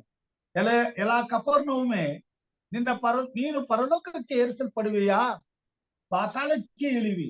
ನಿನ್ನಲ್ಲಿ ನಡೆದ ಮಹತ್ ಕಾರ್ಯಗಳು ಸೋದೋಮಿನಲ್ಲಿ ನಡೆದಿದ್ದರೆ ಅದು ಇಂದಿನವರೆಗೂ ಉಳಿಯುತ್ತಿತ್ತು. ಆದರೆ ನ್ಯಾಯ ವಿಚಾರಣೆಯ ದಿನದಲ್ಲಿ ನಿನ್ನ ಗತಿಗಿಂತಲೂ ಸೋದೋಮ್ ಸೀಮೆಯ ಗತಿಯು ಮೇಲಾಗಿರುವುದು ಎಂದು ನಿಮಗೆ ಹೇಳುತ್ತೇನೆ. ಈ ಭೂಮಿ ಮೇಲೆ 4ನೇ ಗುಂಪಿಗೆ ಸೇರಿದಂತ ಜನರ ಗತಿ ಹೀಗಾಗಿ, ನಿಮ್ಮನ್ನು ಸೇರಿಸ್ಕೊಳ್ಳೋದಕ್ಕೆ ನನಗೆ ಮನಸ್ಸಿದೆ. ನನ್ನ ರೆಕ್ಕೆ ಮರೆಯಲ್ಲಿ ನಿಮ್ಮನ್ನು ಕೂರಿಸ್ಕೊಳ್ಳಿಕ್ಕೆ ನಾನು ಕಾಯ್ತಾ ಎದುರು ನೋಡ್ತಾ ಇದ್ದೆ. ನಿಮ್ಮ ಆಯುಷ್ ಕಾಲದ ಕೊನೆಯ ದಿನಗಳ ಉಸಿರಿರುವ ಕೊನೆಯ ದಿನದವರೆಗೂ ನಿಮಗೆ ಅವಕಾಶವನ್ನು ಕೊಟ್ಟೆ. ಉಸಿರು ಬಿಡುವಾಗಲೂ ನೀವು ಲೋಕದ ಕಡೆಗೆ ಯೋಚನೆ ಮಾಡಿದ್ರೆ ಹೊರತು ನನ್ನ ಬಗ್ಗೆ ಯೋಚನೆ ಮಾಡಲಿಲ್ಲ. ನನ್ನ ನೀತಿಯ ಬಗ್ಗೆ ಯೋಚನೆ ಮಾಡಲಿಲ್ಲ. ಕೇವಲ ಅಲ್ಲಿಯ ತನಕನೂ ನೀವು ನಾಟಕ ಆಡ್ತಿರ್ತದೆ. ಉಸಿರು ಹೋಗುವಾಗಲೂ ಲೋಕಕ್ಕೆ ನೀವು ಆಸೆ ಪಟ್ರಿ. ಲೋಟನ ಮುಗಿದ ಮೇಲೆ ಬಂದು ನಿಂತುಕೊಂಡು ಅಯ್ಯೋ ಸ್ವಾಮಿ ನಾವು ಹೀಗಿದ್ವಿ ಹಾಕಿದ್ವಿ ಅಂತಂದ್ರೆ ನಾನು ಪುರಾಜೇನೆ ಬೆತ್ಸಾಯಿದ್ದೇವೆ. ನಾನೇನು ಹೇಳಿ, ನೀವು ನನ್ನ ಮಾತು ಕೇಳಿದ್ರೆ ಈ ಗತಿ ಬರ್ತಿರ್ಲಿ. ನೀವು ಆ ದಿನದಲ್ಲಿ ನ್ಯಾಯ ವಿಚಾರಣೆಯಲ್ಲಿ ನಿತ್ಯ ಜೀವದ ಫಲವನ್ನ ನೀವು ಹೊಂದಬೇಕು ಅಂತ ಇದ್ದೀರ. ಅದೆಲ್ಲ ಸಿಗ್ತದೆ. ಆ ದಿನದಲ್ಲಿ ನಿಮ್ಮ ಗತಿ ಹೇಗಿರ್ತದಂತಂದ್ರೆ ಸೊದೋಮ್ ಗೊಮೋರ ಪಟ್ಟಣಕ್ಕಿಂತ ಅದು ಗತಿ ಆಗುತ್ತೆ. ಪ್ರಿಯ ಸಹೋದರ ಸಹೋದರಿಯರೇ, ಯಾಕೆ ವಾಕ್ಯಗಳನ್ನ ಹೇಳ್ತಿದ್ದೇನೆ? ಕ್ರೈಸ್ತರಲ್ಲಿ, ಕ್ರಿಸ್ತನನ್ನ ನಂಬಿದವರಲ್ಲಿ, ಕ್ರಿಸ್ತನಿಗಾಗಿ ನಿರೀಕ್ಷೆಯಿಂದ ಬದುಕುತ್ತಿರುವಂತ ಜನರಲ್ಲಿ ಈ ಗುಂಪಿನವರು ಬಹಳ ಇದ್ದಾರೆ. ಇವರಿಗೆ ದೊಡ್ಡ ನಷ್ಟ ಆಗ್ತದೆ. ದೇವರು ಇವತ್ತಿಗೂ ಕೂಡ ಕೋಳಿ ತನ್ನ ಮರಿಗಳನ್ನ ರೆಕ್ಕೆಗಳ ಮರೆಗೆ ಸೇರಿಸಿಕೊಳ್ಳುವ ಹಾಗೆ ಅವ್ರಿಗೋಸ್ಕರ ಹಂಬಲಿಸ್ತಿದ್ದಾನೆ. ನಾಳೆ ಇವರಿಗಾಗಿ ಇಂಥ ತೀರ್ಪನ್ನ ಕೊಡೋದಕ್ಕೆ ಆತನು ಈಗಲೇ ನೊಂದುಕೊಳ್ತಿದ್ದಾನೆ. ಅದಕ್ಕಾಗಿ ಆತನು ಈ ಮಮತೆಯ ಕರೆಯನ್ನ ಈ ಲೋಕದಲ್ಲಿ ತನ್ನನ್ನು ಪ್ರೀತಿಸಲು ಪ್ರಯತ್ನಿಸುತ್ತಿರುವಂತ ಇಂಥ ರೀತಿಯ ಗುಂಪಿನ ಜನರಿಗೆ ಈ ಎಚ್ಚರಿಕೆ ಸಂದೇಶವನ್ನು ಕೊಡುತ್ತಾರೆ. ಇದರಲ್ಲಿ ನನ್ನನ್ನು ಕೂಡ ನಾನು ಪರೀಕ್ಷೆ ಮಾಡ್ತೀನಿ. ಬೋಧನೆ ಮಾಡ್ತಾ ಇದ್ದೀನಿ. ಈಗ ನಾನು ಬೋಧನೆ ಮಾಡ್ತಿದ್ದೀನಿ. ಎಲ್ಲಿಯಾದ್ರೂ ಈ ಗುಂಪಿನಲ್ಲಿ ನಾನು ಇದ್ದೀನಾ? ನಾನು ಗೊತ್ತೋ ಗೊತ್ತಿಲ್ಲದೆ ಇವ್ರ ಮಧ್ಯದಲ್ಲಿ ಸೇರ್ಕೊಂಡ್ಬಿಟ್ಟಿದ್ದೇನೆ ಅಂತ ಹೇಳಿ ನನ್ನನ್ನು ನಾನು ಪರೀಕ್ಷೆ ಮಾಡ್ತೀನಿ. ಪ್ರತಿಯೊಬ್ಬ ಕ್ರೈಸ್ತನು ಸಹ ಈ ಕೊನೆ ಗಳಿಗೆಯಲ್ಲಿ ತನ್ನ ನಂಬಿಕೆ ಎಂತಾದ್ದು, ಯಥಾರ್ಥವಾದದ್ದ, ನಿಷ್ಕಪಟವಾದದ್ದ, ಪರಿಶುದ್ಧವಾದದ್ದ ಎತ್ತರಿ ಕೇಳ್ತಾನೆ. ನಿನ್ನ ನಂಬಿಕೆ ಎಲ್ಲಿ? ಮುಳುಗ್ತಿರ್ತಾನೆ. ಅಯ್ಯೋ ಸ್ವಾಮಿ ನನ್ನನ್ನು ಹಿಡ್ಕೋ, ಸ್ವಾಮಿ ಕಟ್ಟಿ ನಿನ್ನ ನಂಬಿಕೆ ಎಲ್ಲಿ? ಈ ಪ್ರಶ್ನೆ ಮಾಡ್ತಾನೆ, ಸ್ವಾಮಿ ಎಲ್ಲಿ ನಿನ್ನ ನಂಬಿಕೆ? ಪೌಲನು ಹೇಳ್ತಾನೆ, ಕ್ರಿಸ್ತ ನಂಬಿಕೆಯಲ್ಲಿ ಇದ್ದೀರೋ ಇಲ್ಲೋ ನಿಮ್ಮನ್ನ ನೀವು ಪರೀಕ್ಷೆ ಮಾಡ್ತಾರೆ. ಈ ಕೊನೆ ಕಾಲದಲ್ಲಿ ಪ್ರತಿಯೊಬ್ಬ ಕ್ರೈಸ್ತನು ಈ ವಿಷಯವನ್ನು ಅರ್ಥ ಮಾಡ್ಕೊಳ್ಬೇಕಾಗಿದೆ ಮತ್ತು ಎಚ್ಚರಿಕೆ ವಹಿಸಬೇಕಾಗಿದೆ ಮತ್ತು ತಾನು ಎಲ್ಲಿದ್ದೇನೆ ಎಂಬತಕ್ಕಂಥ ಅರಿವು ಅವನಿಗಿರಬೇಕಾಗಿದೆ. ತಾನು ಮಾಡುವಂತಹ ಪ್ರತಿಯೊಂದು ಕೆಲಸವನ್ನ ತಕ್ಕಡಿಗೆ ಹಾಕಿ ತೂಗಬೇಕಾಗ್ತದೆ. ಎಲ್ಲಿ ತಾನು ಕಡಿಮೆಯಾಗಿ ಕಂಡು ಬರ್ತೇನೋ ಎಂಬತಕ್ಕಂಥ ಭಯ ಕ್ರೈಸ್ತರಿಗೆ ಹುಟ್ಟಬೇಕಾಗಿದೆ.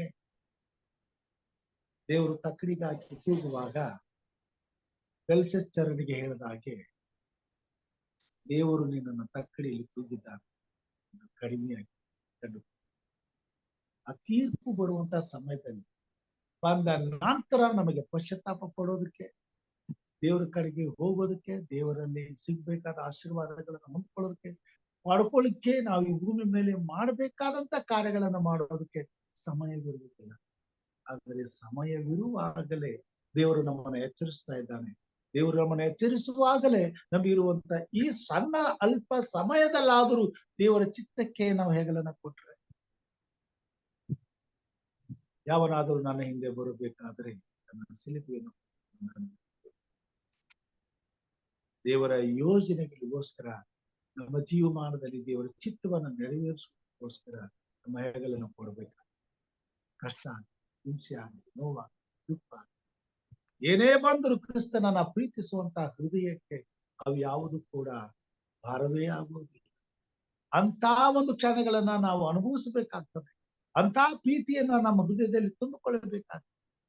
ಯಾಕಂದ್ರೆ ಸ್ವಾಮಿ ಹೇಳ್ತಾನೆ, ನಿನ್ನ ಪೂರ್ಣ ಪ್ರಾಣದಿಂದಲೂ, ಪೂರ್ಣ ಬುದ್ಧಿಯಿಂದಲೂ, ಪೂರ್ಣ ಶಕ್ತಿಯಿಂದಲೂ ನೀನು ನನ್ನನ್ನು. ದೇವರು ಬೇಕಾಗಿರೋದು ಯಥಾರ್ಥವಾದ, ಪರಿಶುದ್ಧವಾದ, ಯಥಾರ್ಥವಾದ ನಂಬಿಕೆ, ಪರಿಪೂರ್ಣವಾದಂತ ನಂಬಿಕೆ, ಅಪೂರ್ಣವಾದದ್ದ. ಆದ್ರೆ ಈ 4ನೆಯ ಗುಂಪಿಗೆ ಸೇರಿದಂತ ಜನರು ಕೋಟಿ ಕೋಟಿ ಜನರಿದ್ದಾರೆ ಕ್ರೈಸ್ತರಲ್ಲಿ. ದೇವರು ಹೊರಗಿನವ್ರ ಬಗ್ಗೆ ಯೋಚನೆ ಮಾಡೋದು.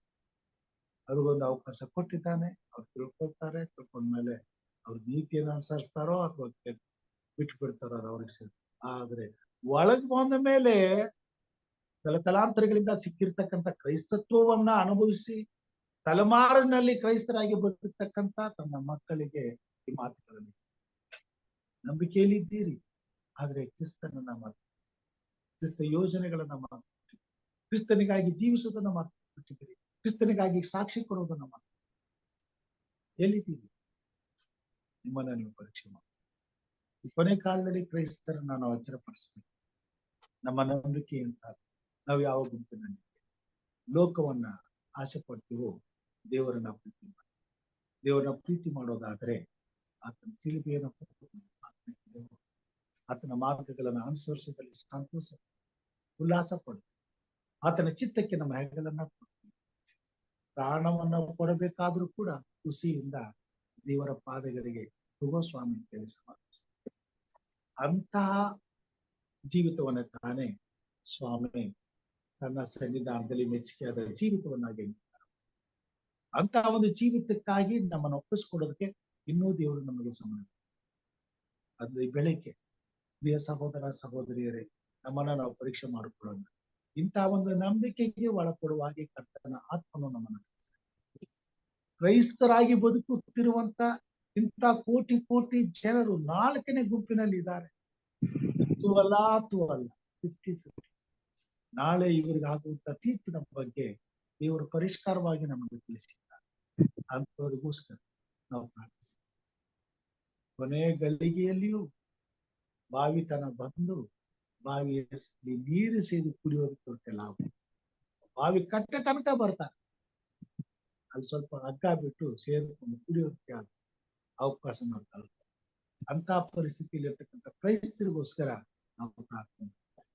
ನಾವು ಅಂತವರಾಗದೆ ದೇವರು ಕೊಟ್ಟುವಂತ ಅವಕಾಶವನ್ನ ಈಗಲೇ ಉಪಯೋಗಿಸ್ಕೊಂಡು ದೇವರ ಕಡೆಗೆ ನಮ್ಮನ್ನ ನಡೆಸ್ಕೊಳ್ಬೇಕಾಗಿದೆ. ದೇವರ ಚಿತ್ತಕ್ಕೆ ನಮ್ಮನ್ನು ಒಪ್ಪಿಸ್ಕೊಳ್ಬೇಕು. ದೇವರ ಘನತೆಗಾಗಿ, ದೇವರ ಮಹಿಮೆಗಾಗಿ ನಾವು ಪಡುವಂತೆ ನಮ್ಮ ಜೀವಿತವನ್ನು ರೂಪಿಸ್ಕೊಳ್ಬೇಕು. ಹಾಗೆ ಮಾಡುವ ಹಾಗೆ ಪ್ರತಿಯೊಬ್ಬ ಕ್ರೈಸ್ತರ ಜೀವಿತವನ್ನ ದೇವರು ಕಾರ್ಯ ಮಾಡಲಿ. ಕೋಳಿ ತನ್ನ ಮರಿಗಳನ್ನ ಕೂಡಿಸ್ಕೊಳ್ಳುವಾಗ, ನಮ್ಮನ್ನ ಸೇರಿಸ್ಕೊಳ್ಳೋದಕ್ಕೆ ಕಾಯ್ತಿರುವಂತಹ ದೇವರ ರೆಕ್ಕೆಯ ಮರೆ ನಾವು ಸುರಕ್ಷಿತವಾಗಿ ಸೇರುವ ಹಾಗೆ ಕರ್ತನ ಆತ್ಮ ನಮ್ಮನ್ನ ನಡೆಸಲಿ. ನಾಳೆ ಆತನ ಬರುವಾಗ ಬಲ ನಂಬಿಗಸ್ತನಾದ ಒಳ್ಳೆಯ ನನ್ನ ತಂದೆಯ ಸೌಭಾಗ್ಯದಲ್ಲಿ ಸೇರುವಂತ ಮಾತನ್ನು ಕೇಳುವಂತೆ ನಮ್ಮ ಜೀವಿತವನ್ನು ಅದಕ್ಕಾಗಿ ಅಂತ ಆತ್ಮನ ಬಲಕ್ಕಾಗಿ, ಅಂತ ಆತ್ಮೀಯ ಜೀವಿತಕ್ಕಾಗಿ, ಅಂತ ನಿತ್ಯ ಜೀವದ ಬಾಧ್ಯತೆಗಾಗಿ ನಾವು ಕಳೆದು ಹೋಗುತ್ತಿರುವಂತಹ ದೇವರ ಮಕ್ಕಳಿಗೋಸ್ಕರ ಪ್ರಾರ್ಥನೆ ಮಾಡಿ. ದೇವರು ಕೊಟ್ಟಿರುವಂತಹ ಈ ಸಮಯವನ್ನು ಹೆಚ್ಚಾಗಿ ಇಂಥವರಿಗಾಗಿ ಪ್ರಾರ್ಥನೆ ಮಾಡೋದಕ್ಕೋಸ್ಕರ ಉಪಯೋಗಿಸ್ಕೊಳ್ಳೋಣ. ಪ್ರಾರ್ಥನೆ ಮಾಡೋದು ಇಬ್ಬರು ಪ್ರಾರ್ಥನೆ ಮಾಡಬೇಕೆಂಬುದಾಗಿ ಈ ಸಮಯದಲ್ಲಿ ಲೋಕೇಶ್ ಅಂಕಲ್ ಅವ್ರು ಇದ್ದೀರಾ? ಓಕೆ, ಅವರು ವಾಕ್ ಮಾಡ್ತಾ ಇದ್ದಾರೆ, ಪರವಾಗಿಲ್ಲ. ಸರಿ, ನಮ್ಮ ಜೊತೆಯಲ್ಲಿ ಸಹೋದರಿ ಆನೆಯವರು ಇದ್ದಾರೆ, ಅವ್ರು ನೀವು ಪ್ರಾರ್ಥನೆ ಮಾಡಿ. ಸೊ ಇಂಥ ಕ್ರೈಸ್ತರಿಗೋಸ್ಕರ, ಇಂಥ ಪರಿಸ್ಥಿತಿಯಲ್ಲಿ ಇರ್ತಕ್ಕಂಥ ಈ 4 ರೀತಿಯ ಜನರಲ್ಲಿ ವಿಶೇಷವಾಗಿ ಇವರಿಗೋಸ್ಕರ ನಾವು ಪ್ರಾರ್ಥನೆ ಮಾಡ್ಕೊಳ್ಳೋಣ. 4 ರೀತಿಯ ಜನರಿಗೋಸ್ಕರ ಪ್ರಾರ್ಥನೆ ಮಾಡೋಣ. ಆದ್ರೆ ಕೊನೆಯದಾಗಿ ಈ ಅರ್ಧಂಬರ್ಧ ಇರ್ತಕ್ಕಂಥ ಕ್ರೈಸ್ತರಿಗೆ ಅವರ ಜೀವಿತವನ್ನ ದೇವರು ಸರಿಪಡಿಸಲಿ, ಪರಿಪೂರ್ಣಗೊಳಿಸಲಿ ಎಂಬುದಾಗಿ ಪ್ರಾರ್ಥನೆ ಮಾಡೋಣ. ಯಾಕಂದ್ರೆ ದೇವರು ಲೋಕದ ಮೇಲೆ ಎಷ್ಟೋ ಪ್ರೀತಿ ನಟ್ಟು ತನ್ನ ಒಬ್ಬನ ಮಗನನ್ನು ಕೊಟ್ಟು ಆತನನ್ನು ನಂಬುವ ಎಲ್ಲರೂ ನಿತ್ಯ ಜೀವ ಎಂಬುದಾಗಿ ಹೊಂದಬೇಕೆಂಬುದಾಗಿ ಆಗ್ತದೆ. ಒಬ್ಬರನ್ನು ಕಳ್ಕೊಳ್ಳುತ್ತೆ ದೇವರು ಇಷ್ಟ. ಅವರಿಗೋಸ್ಕರ ಪ್ರಾರ್ಥನೆ ಮಾಡೋಣ. ವಿಶೇಷವಾಗಿ ನಮ್ಮ ಸಹೋದರರು ದೇವೇಂದ್ರ ಅವರು ಅಶ್ವಿನಿಗಿದ್ದರು, ಅವರೀಗ ಇಲ್ಲ. ಅವರ ಕುಟುಂಬವನ್ನ ನೆನೆಸ್ಕೊಳ್ಳೋಣ. ಅವ್ರಿಗೋಸ್ಕರ, ಆ ಕುಟುಂಬಕ್ಕೋಸ್ಕರ ನಾವು ಪ್ರಾರ್ಥನೆ ಮಾಡೋಣ. ನೆನ್ನೆ ನಾನು ನಮ್ಮ ಸಂಬಂಧಿಕರು, ನಮ್ಮ ಸೊಸೆಯ ತಂದೆ ಬಾಬು ಮೋಸಸ್ ಅವರನ್ನ ಭೇಟಿಯಾಗಿದೆ. ಸಂತೋಷವಾಗಿದ್ದಾರೆ, ಆರೋಗ್ಯವಾಗಿದ್ದಾರೆ. ಅವರ ಆರೋಗ್ಯದಲ್ಲಿ ಚೇತರಿಸ್ಕೊಳ್ತಾ ಇದ್ದಾರೆ. 10 ದಿನದ ಒಂದು ಔಷಧಿಯನ್ನು ಕೊಟ್ಟಿದ್ರು. ಈಗ ಅದಕ್ಕೂ ಇದಕ್ಕೂ ನೋಡುವಾಗ ಅವರು ಬಹಳ ಸಂತೋಷವಾಗಿದ್ದಾರೆ. ಸೊ ಅವರನ್ನ ದೇವರು ಆಶೀರ್ವಾದ ಮಾಡ್ಲಿ, ಈ ಸಂಕಟದಿಂದ ಅವ್ರನ್ನ ಪಾರು ಮಾಡ್ಲಿ. ಅವರು ಮತ್ತೆ ಪರೀಕ್ಷೆಗೊಳಗಾಗುವಾಗ ಅವ್ರು ಯಾವುದೇ ತೊಂದರೆ ಇಲ್ಲದೆ ಆರೋಗ್ಯವಂತರಾಗಿ ಕಾಣಲ್ಪಡುವಂತೆ ದೇವರ ಕಾರ್ಯ ಮಾಡ್ಲಿ ಎಂಬುದಾಗಿ ಅವ್ರಿಗೋಸ್ಕರ ಪ್ರಾರ್ಥನೆ ಮಾಡಿ. ಸೋದರಿ ಆನೆಯವರು ಅನಾಥಾಶ್ರಮಗಳಿಗೋಸ್ಕರ ಪ್ರಾರ್ಥನೆ ಮಾಡಿ. ಜೊತೆಗೆ ಈ ಪರೀಕ್ಷೆಯ ಸಮಯದಲ್ಲಿ ಪರೀಕ್ಷೆ ಬರತಕ್ಕಂಥ ಮಕ್ಕಳನ್ನ ನೆನೆಸ್ಕೊಳ್ಬೇಕೆಂದು, ಬರ ಪೀಡಿತಂತ ಪ್ರದೇಶಗಳು, ವಿಶೇಷವಾಗಿ ಬೆಂಗಳೂರು, ನೀರಿಲ್ಲದೆ ಬಹಳ ಕಷ್ಟಪಡ್ತಾರೆ. ನಮ್ಮ ರಾಜ್ಯದಲ್ಲಿ ಮಳೆಯಾಗಿ ಈ ಒಂದು ಅಭಾವ, ನೀರಿನ ಅಭಾವವನ್ನು ದೇವರು ನೀಗಿಸುವಂತೆ ಪ್ರಾರ್ಥನೆ ಮಾಡಬೇಕು ಅಂತ. ಕೊನೆಯದಾಗಿ ನಮ್ಮ ದೇಶದಲ್ಲಿ ನಡೀಲಿಕ್ಕೆ ಹೋಗ್ತಕ್ಕಂಥ ಚುನಾವಣೆ, ಇದಕ್ಕೋಸ್ಕರ ನಾವೆಲ್ಲರೂ ಹಂಬಲಿಸಿ ಪ್ರಾರ್ಥನೆ ಮಾಡ್ಬೇಕು. ಯಾಕಂದ್ರೆ ಮುಂದಾಗುವಂತಹ ದುಸ್ಥಿತಿಗಳನ್ನ ನಾವು ಎದುರಿಸಬಾರದು ಅಂತಂದ್ರೆ ಇವತ್ತು ದೇವರ ಜೊತೆ ನಾವು ಹೋರಾಟ ಮಾಡ್ಬೇಕಾಗ್ತದೆ. ಪರಿಸ್ಥಿತಿಗಳನ್ನ ಬದಲಾಯಿಸುವಂತ ಕಾರ್ಯಗಳನ್ನ ಮಾಡ್ಬೇಕಾಗ್ತದೆ. ಅದಕ್ಕೋಸ್ಕರ ದೇವರು ಈ ಸಮಯದಲ್ಲಿ ಕಾರ್ಯ ಮಾಡಿ ತನ್ನ ಬಲದಿಂದ ನಮ್ಮ ದೇಶವನ್ನ, ನಮ್ಮ ದೇಶದಲ್ಲಿರ್ತಕ್ಕಂಥ ದೇವರ ಸೇವೆಯನ್ನ, ದೇವರ ಮಕ್ಕಳನ್ನ, ದೇವರ ಸಭೆಗಳನ್ನ ಜೋಪಾನ ಮಾಡೋದಲ್ಲದೆ ದೇವರ ಸೇವೆಗೆ ಮುಕ್ತವಾದ ಮಾರ್ಗಗಳನ್ನ ತೆರೆದು ಯಾವುದೇ ಭಯವಿಲ್ಲದೆ ಈ ಭೂಮಿ ಮೇಲೆ ಎಲ್ಲಾ ಕುಲ, ಭಾಷೆ, ಪ್ರಜೆ, ಜನಾಂಗಗಳಿಗೆ ಸುವಾರ್ತೆಯನ್ನ ಸಾರುವಂತ ಅನುಕೂಲವಾಗ್ಲಿಕ್ಕಾಗುವಂತ ಸರ್ಕಾರವನ್ನ ಸಿದ್ಧಿಗೆ ತರ್ಲಿಕ್ಕಾಗುವಂತ, ಆರಿಸಿ ತರ್ಲಿಕ್ಕಾಗುವಂತೆ ಈ ಚುನಾವಣೆಯಲ್ಲಿ ದೇವರು ಕಾರ್ಯ ಮಾಡಲಿಲ್ಲ ಪ್ರಾರ್ಥಿಸಿ. ಸಹೋದರಿ ಆನೆಯವರು ಪ್ರಾರ್ಥನೆ ಮಾಡಬೇಕು ಅಂತ ಕೇಳ್ಕೊಳ್ತೇನೆ. ಮತ್ತು ಕೊನೆಯದಾಗಿ ಮುಕ್ತಾಯದ ಪ್ರಾರ್ಥನೆ ಮಾಡ್ತೇನೆ. ಆ ಸಮಯದಲ್ಲಿ ಯಾವುದಾದ್ರೂ ವಿಶೇಷವಾದಂತಹ ಪ್ರಾರ್ಥನೆಗಳಿದ್ದರೆ ನೀವು ನನಗೆ ತಿಳಿಸಿ. ಸಹೋದರಿ ಆನೆಯವರು. Thank you, Uncle. Let's pray. Our most gracious, loving Heavenly Father, I thank you, Lord, for this wonderful time and hour that you gave us to come before thy presence. As we're all gathered here in a small group, Father, to come before thy presence, to seek your blessings, your love, your Holy Spirit, the answers to our prayer, Father. Thank you, Lord. Jesus, we need to thank you for wonderful things that you have done in each and every one of our lives, Father. Lord, we are your children. We make mistakes, but then help us to realize what mistakes we have done, what sin have we committed, or where we are going wrong, Father. Teach us, Lord. Wake us up. Help us to feel the hunger, the thirst in ourselves, Lord Jesus. Yes, Father, in this moment, many of the children, many of the Christians, many of unchristians, they're all following the wrong faith, the wrong church, Father. There are so many people are confused. They don't know what to do, where to go. Many people, they have placed their legs in 2 different boats. They don't know which path to go, which way to go, but which direction to lead them, Father. Lord, they are all lost, Lord Jesus. But you are our Heavenly Father, that you will lift each and every one of your children to follow your words, your commandments, because you have given us the word of God, Bible, to strengthen us, to know to be aware that where we are going wrong. You have given us this beautiful word of God through each and everybody's life, Father. Open the door of a heart, Lord Jesus. Help us to sail in the direction and lead each and every children of yours who've lost their way into thy direction, thy path, oh Father. Help them to realize how precious you are, how true and how kind and how loving you are to our children, Father. You are our Father, your God, who finds all the sheep that is lost, Father. Yes, we have sinned against thee, God. Yes, Father, you have shed your blood for us, and help us to help every drop of a blood to flow upon us and cleanse us and purify us, Father in heaven. You paid the price, O Lord Jesus, for my soul, for my sins.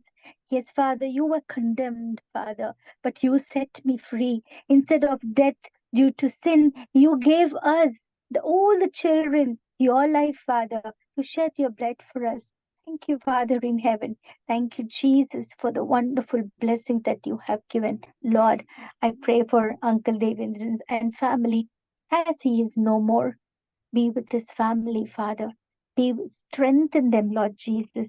Yes, Father, you know how hard it is, how painful it is, how difficult it is that when we lose our loved ones. It's impossible for us to forget them. But with a heavy heart, we have to let them go. But be with their family, Lord. Strengthen them, Lord Jesus. Shower your Holy Spirit upon them. Cover them and shield them under thy feathers. Bless them, O Father.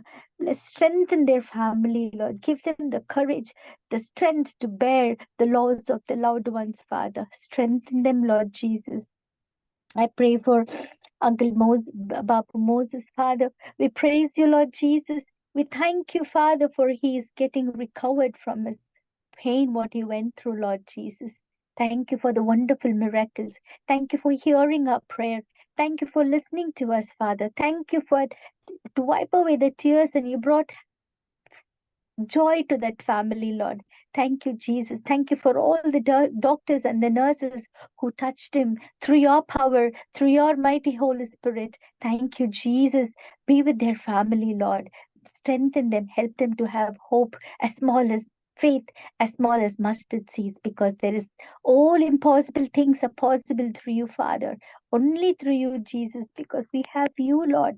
We just have you to help us, to guide us, to protect us in everything they do. During sickness and sadness, you are always there to lift us up. Thank you, Father, for saving that uncle. Thank you, Father, that you have lifted him up high, because we could see that he and his family and every members of the family will rejoice the miracle, the victory that you woke up. Thank you, Father. Praise you, Lord Jesus. Pray for all the orphanages, all the old age home, the orphanage children. They're not orphans, Father. They're your special children. You brought them to this world. Your promise, your word says, a mother may forget to nurse a child, but you will never forget us. What a beautiful promise. Yes, Father. Many parents have left the children in the garbage. They've thrown them in the gutter. They've thrown them in here and there, Lord Jesus. They've left them on the street. But then you picked them up and placed them in the right place, Father. Thank you, Jesus. Bless every children, oh Father. Help them not to fear. Help them not to crib and nag about they don't have parents. But you are our parent, Lord. You are our father. You are our mother. You are everything to us. Strengthen these children and help them to be strong and courageous. Let more and more help flow from above to that all the children, and bless them. Thank you, Jesus. Pray for all the children who's writing their exams. Strengthen their mind, heart, and soul. Help them not to get distracted. Help them not to get fear. Help them not to forget the questions and the answers, oh Father. Help them to remember. Help them to know where they're going, right or wrong. Help them to be patient. Help them to slow down in understanding a question and answering them, Father. Thank you, Lord. Bless each and every children, oh Father. There are so many children who get scared when they see the examination. They fall sick, oh Father. Remove every sickness, remove every fear, oh Father. strengthen them and guide them and bless them and give them all the understanding, give them the good knowledge of what they have learned so that they may write their exam and pass by thy grace, by thy will, Father. Yes, Lord Jesus.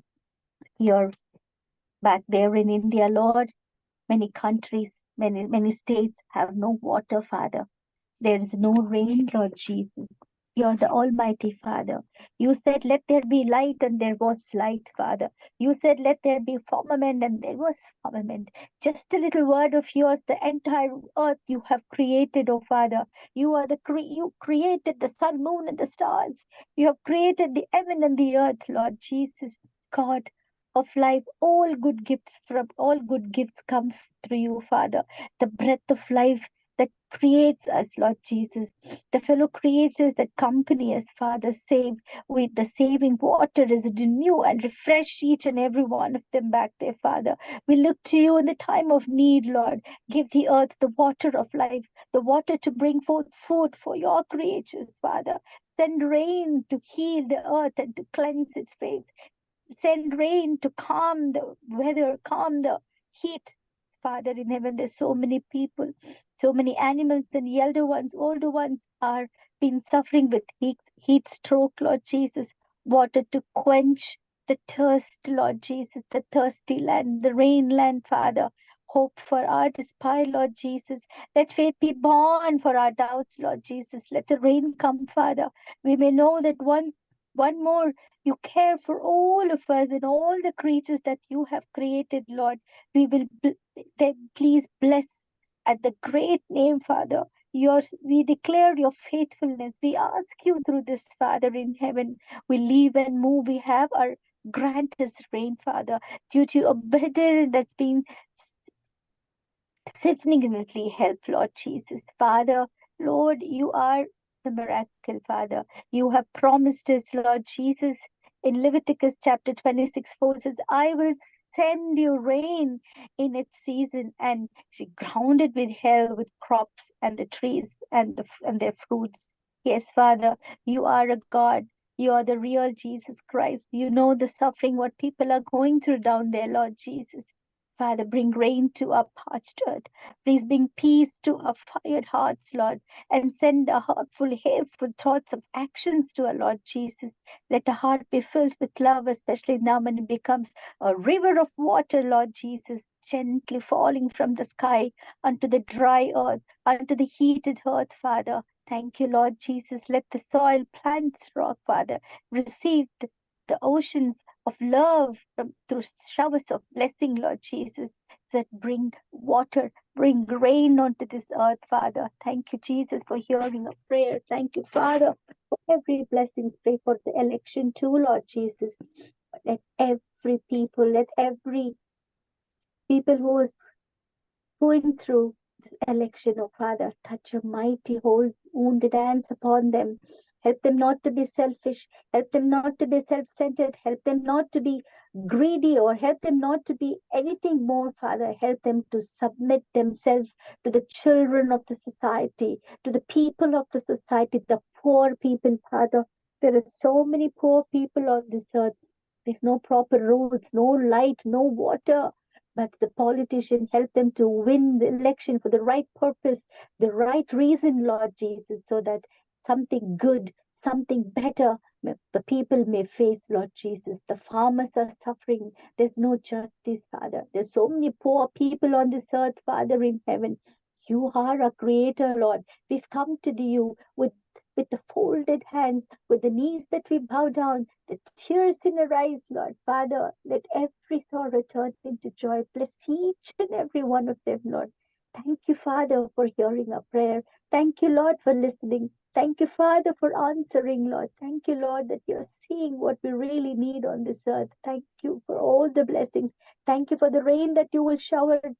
Thank you for the good election, people to get elected for the right reason, for the purpose. Bless them all, Father. Bless every children who's writing exam. Bless every orphanage. Bless Devendra uncle and family once again. Strengthen them. They need you, Father. Thank you, Jesus. Praise you, Father. Thank you once again for helping Mr. Uncle Babu to recover, Lord. Praise you, Father. Praise you, Lord Jesus. Thank you, Father. Let your blessings shower upon them. Let the rain be blessed and showers of blessings upon them. We surrender all the needs and the prayers unto their precious wounded feet. In Jesus' precious name I pray. Amen. Amen, amen. ಉತ್ತಮವಾದಂತ ಪ್ರಾರ್ಥನೆಗಾಗಿ ಸಹೋದರಿ Anne ಅವರಿಗೆ ನಾನು ವಂದನೆಗಳನ್ನ ಸಲ್ಲಿಸ್ತೇನೆ. ದೇವರು ನಿಮ್ಮನ್ನ ಆಶೀರ್ವಾದ ಮಾಡಲಿ, ಇನ್ನೂ ನನ್ನ ಘನತೆಗಾಗಿ ತೀರಿಸಿಕೊಳ್ಳಲಿ ಎಂಬುದಾಗಿ ಪ್ರಾರ್ಥಿಸುತ್ತಾ ಮುಂದಿನ ಮುಕ್ತಾಯದ ಪ್ರಾರ್ಥನೆಗೆ ನಾವು ಹೋಗೋಣ. ಈ ಸಮಯದಲ್ಲಿ ವಿಜ್ಞಾಪನೆಗಳೇನಾದ್ರು ಇದ್ರೆ ತಿಳಿಸಬೇಕೆಂಬುದಾಗಿ ಕೇಳ್ತೀನಿ. Pastor, good morning. Good morning. Pray for my health, Pastor, and for my family. Okay.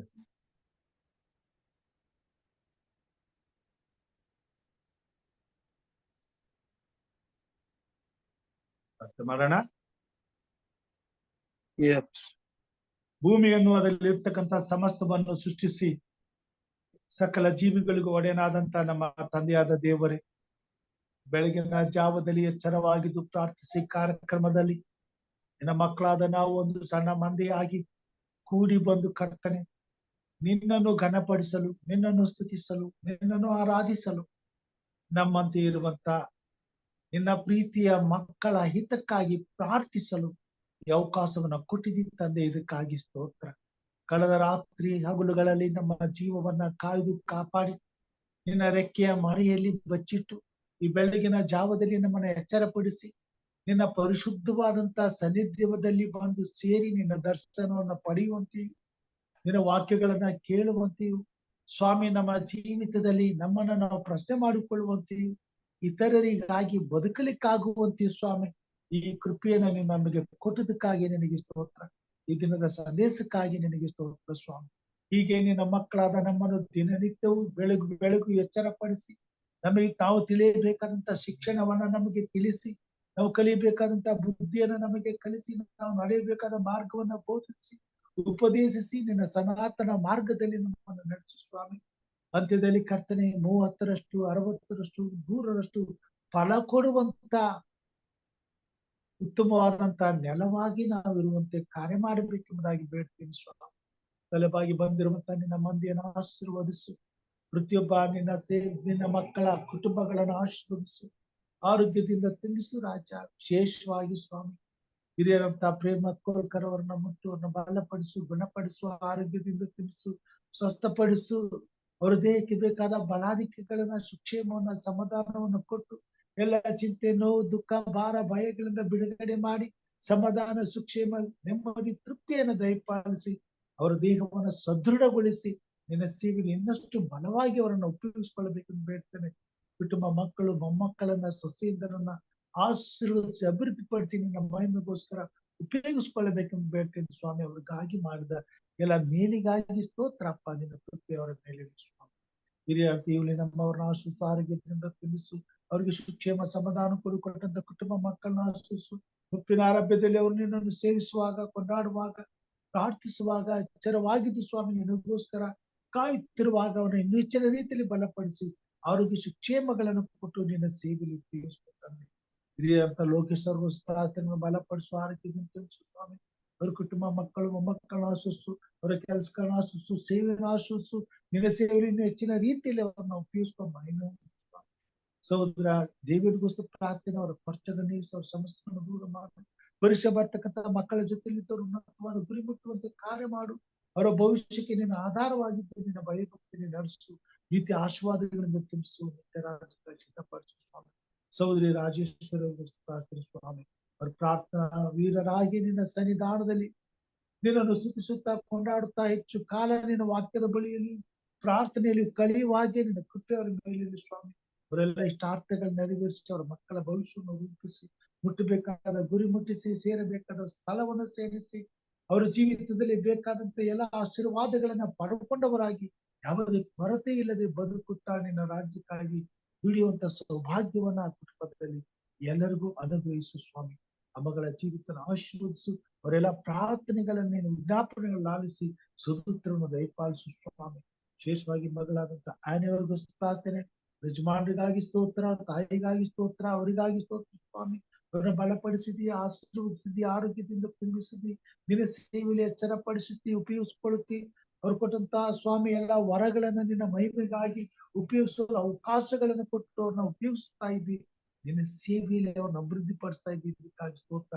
ಅವರು ಇರುವಂತಹ ಸ್ಥಳದಲ್ಲಿ ನಿನ್ನ ಪ್ರಸನ್ನತೆಯನ್ನು ಇರಿಸಿ, ನಿನ್ನ ಸೇವೆಗೆ ಬೇಕಾದ ಅನುಕೂಲಗಳನ್ನ ದಯಪಾಲಿಸಿ, ಯಥಾರ್ಥವಾದ ಮನಸ್ಸನ್ನು ಪ್ರೀತಿಯನ್ನು ಕೊಟ್ಟು ನಿನ್ನ ರಾಜ್ಯಕ್ಕಾಗಿ ದುಡಿಯುವಂತ ಕೃಪೆಯನ್ನು ಕೊಟ್ಟಿದ್ದಿ ತಂದೆ. ಇದಕ್ಕಾಗಿ ಸ್ತೋತ್ರ. ಅವರನ್ನು ಆಶೀರ್ವದಿಸು, ಅವ್ರ ಕುಟುಂಬವನ್ನು ಆಶೀರ್ವಿಸು, ಸಂತೃಪ್ತಿ, ಸಮಾಧಾನ, ಸಮೃದ್ಧಿ, ನೆಮ್ಮದಿಯಿಂದ ತುಂಬಿಸಿ, ಇನ್ನು ಹೆಚ್ಚಿನ ಸೇವೆ ಮಾಡುವಲು ಬಲಾಧಿಕಗಳನ್ನು ಕೊಟ್ಟು ನಿನ್ನ ಸೇವೆಯಲ್ಲಿ ಅವನು ಉಪಯೋಗಿಸುವ ಸ್ವಾಮಿ.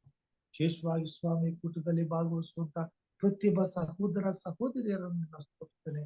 ಎಲ್ಲರ ಪರವಾಗಿ ನೀನಿರು, ಎಲ್ಲರನ್ನ ಪರಾಮರ್ಶಿ ನಿನ್ನ ಸೇವೆ ಉಪಯೋಗಿಸುವ ಸ್ವಾಮಿ. ವಿಶೇಷವಾಗಿ ಸ್ವಾಮಿ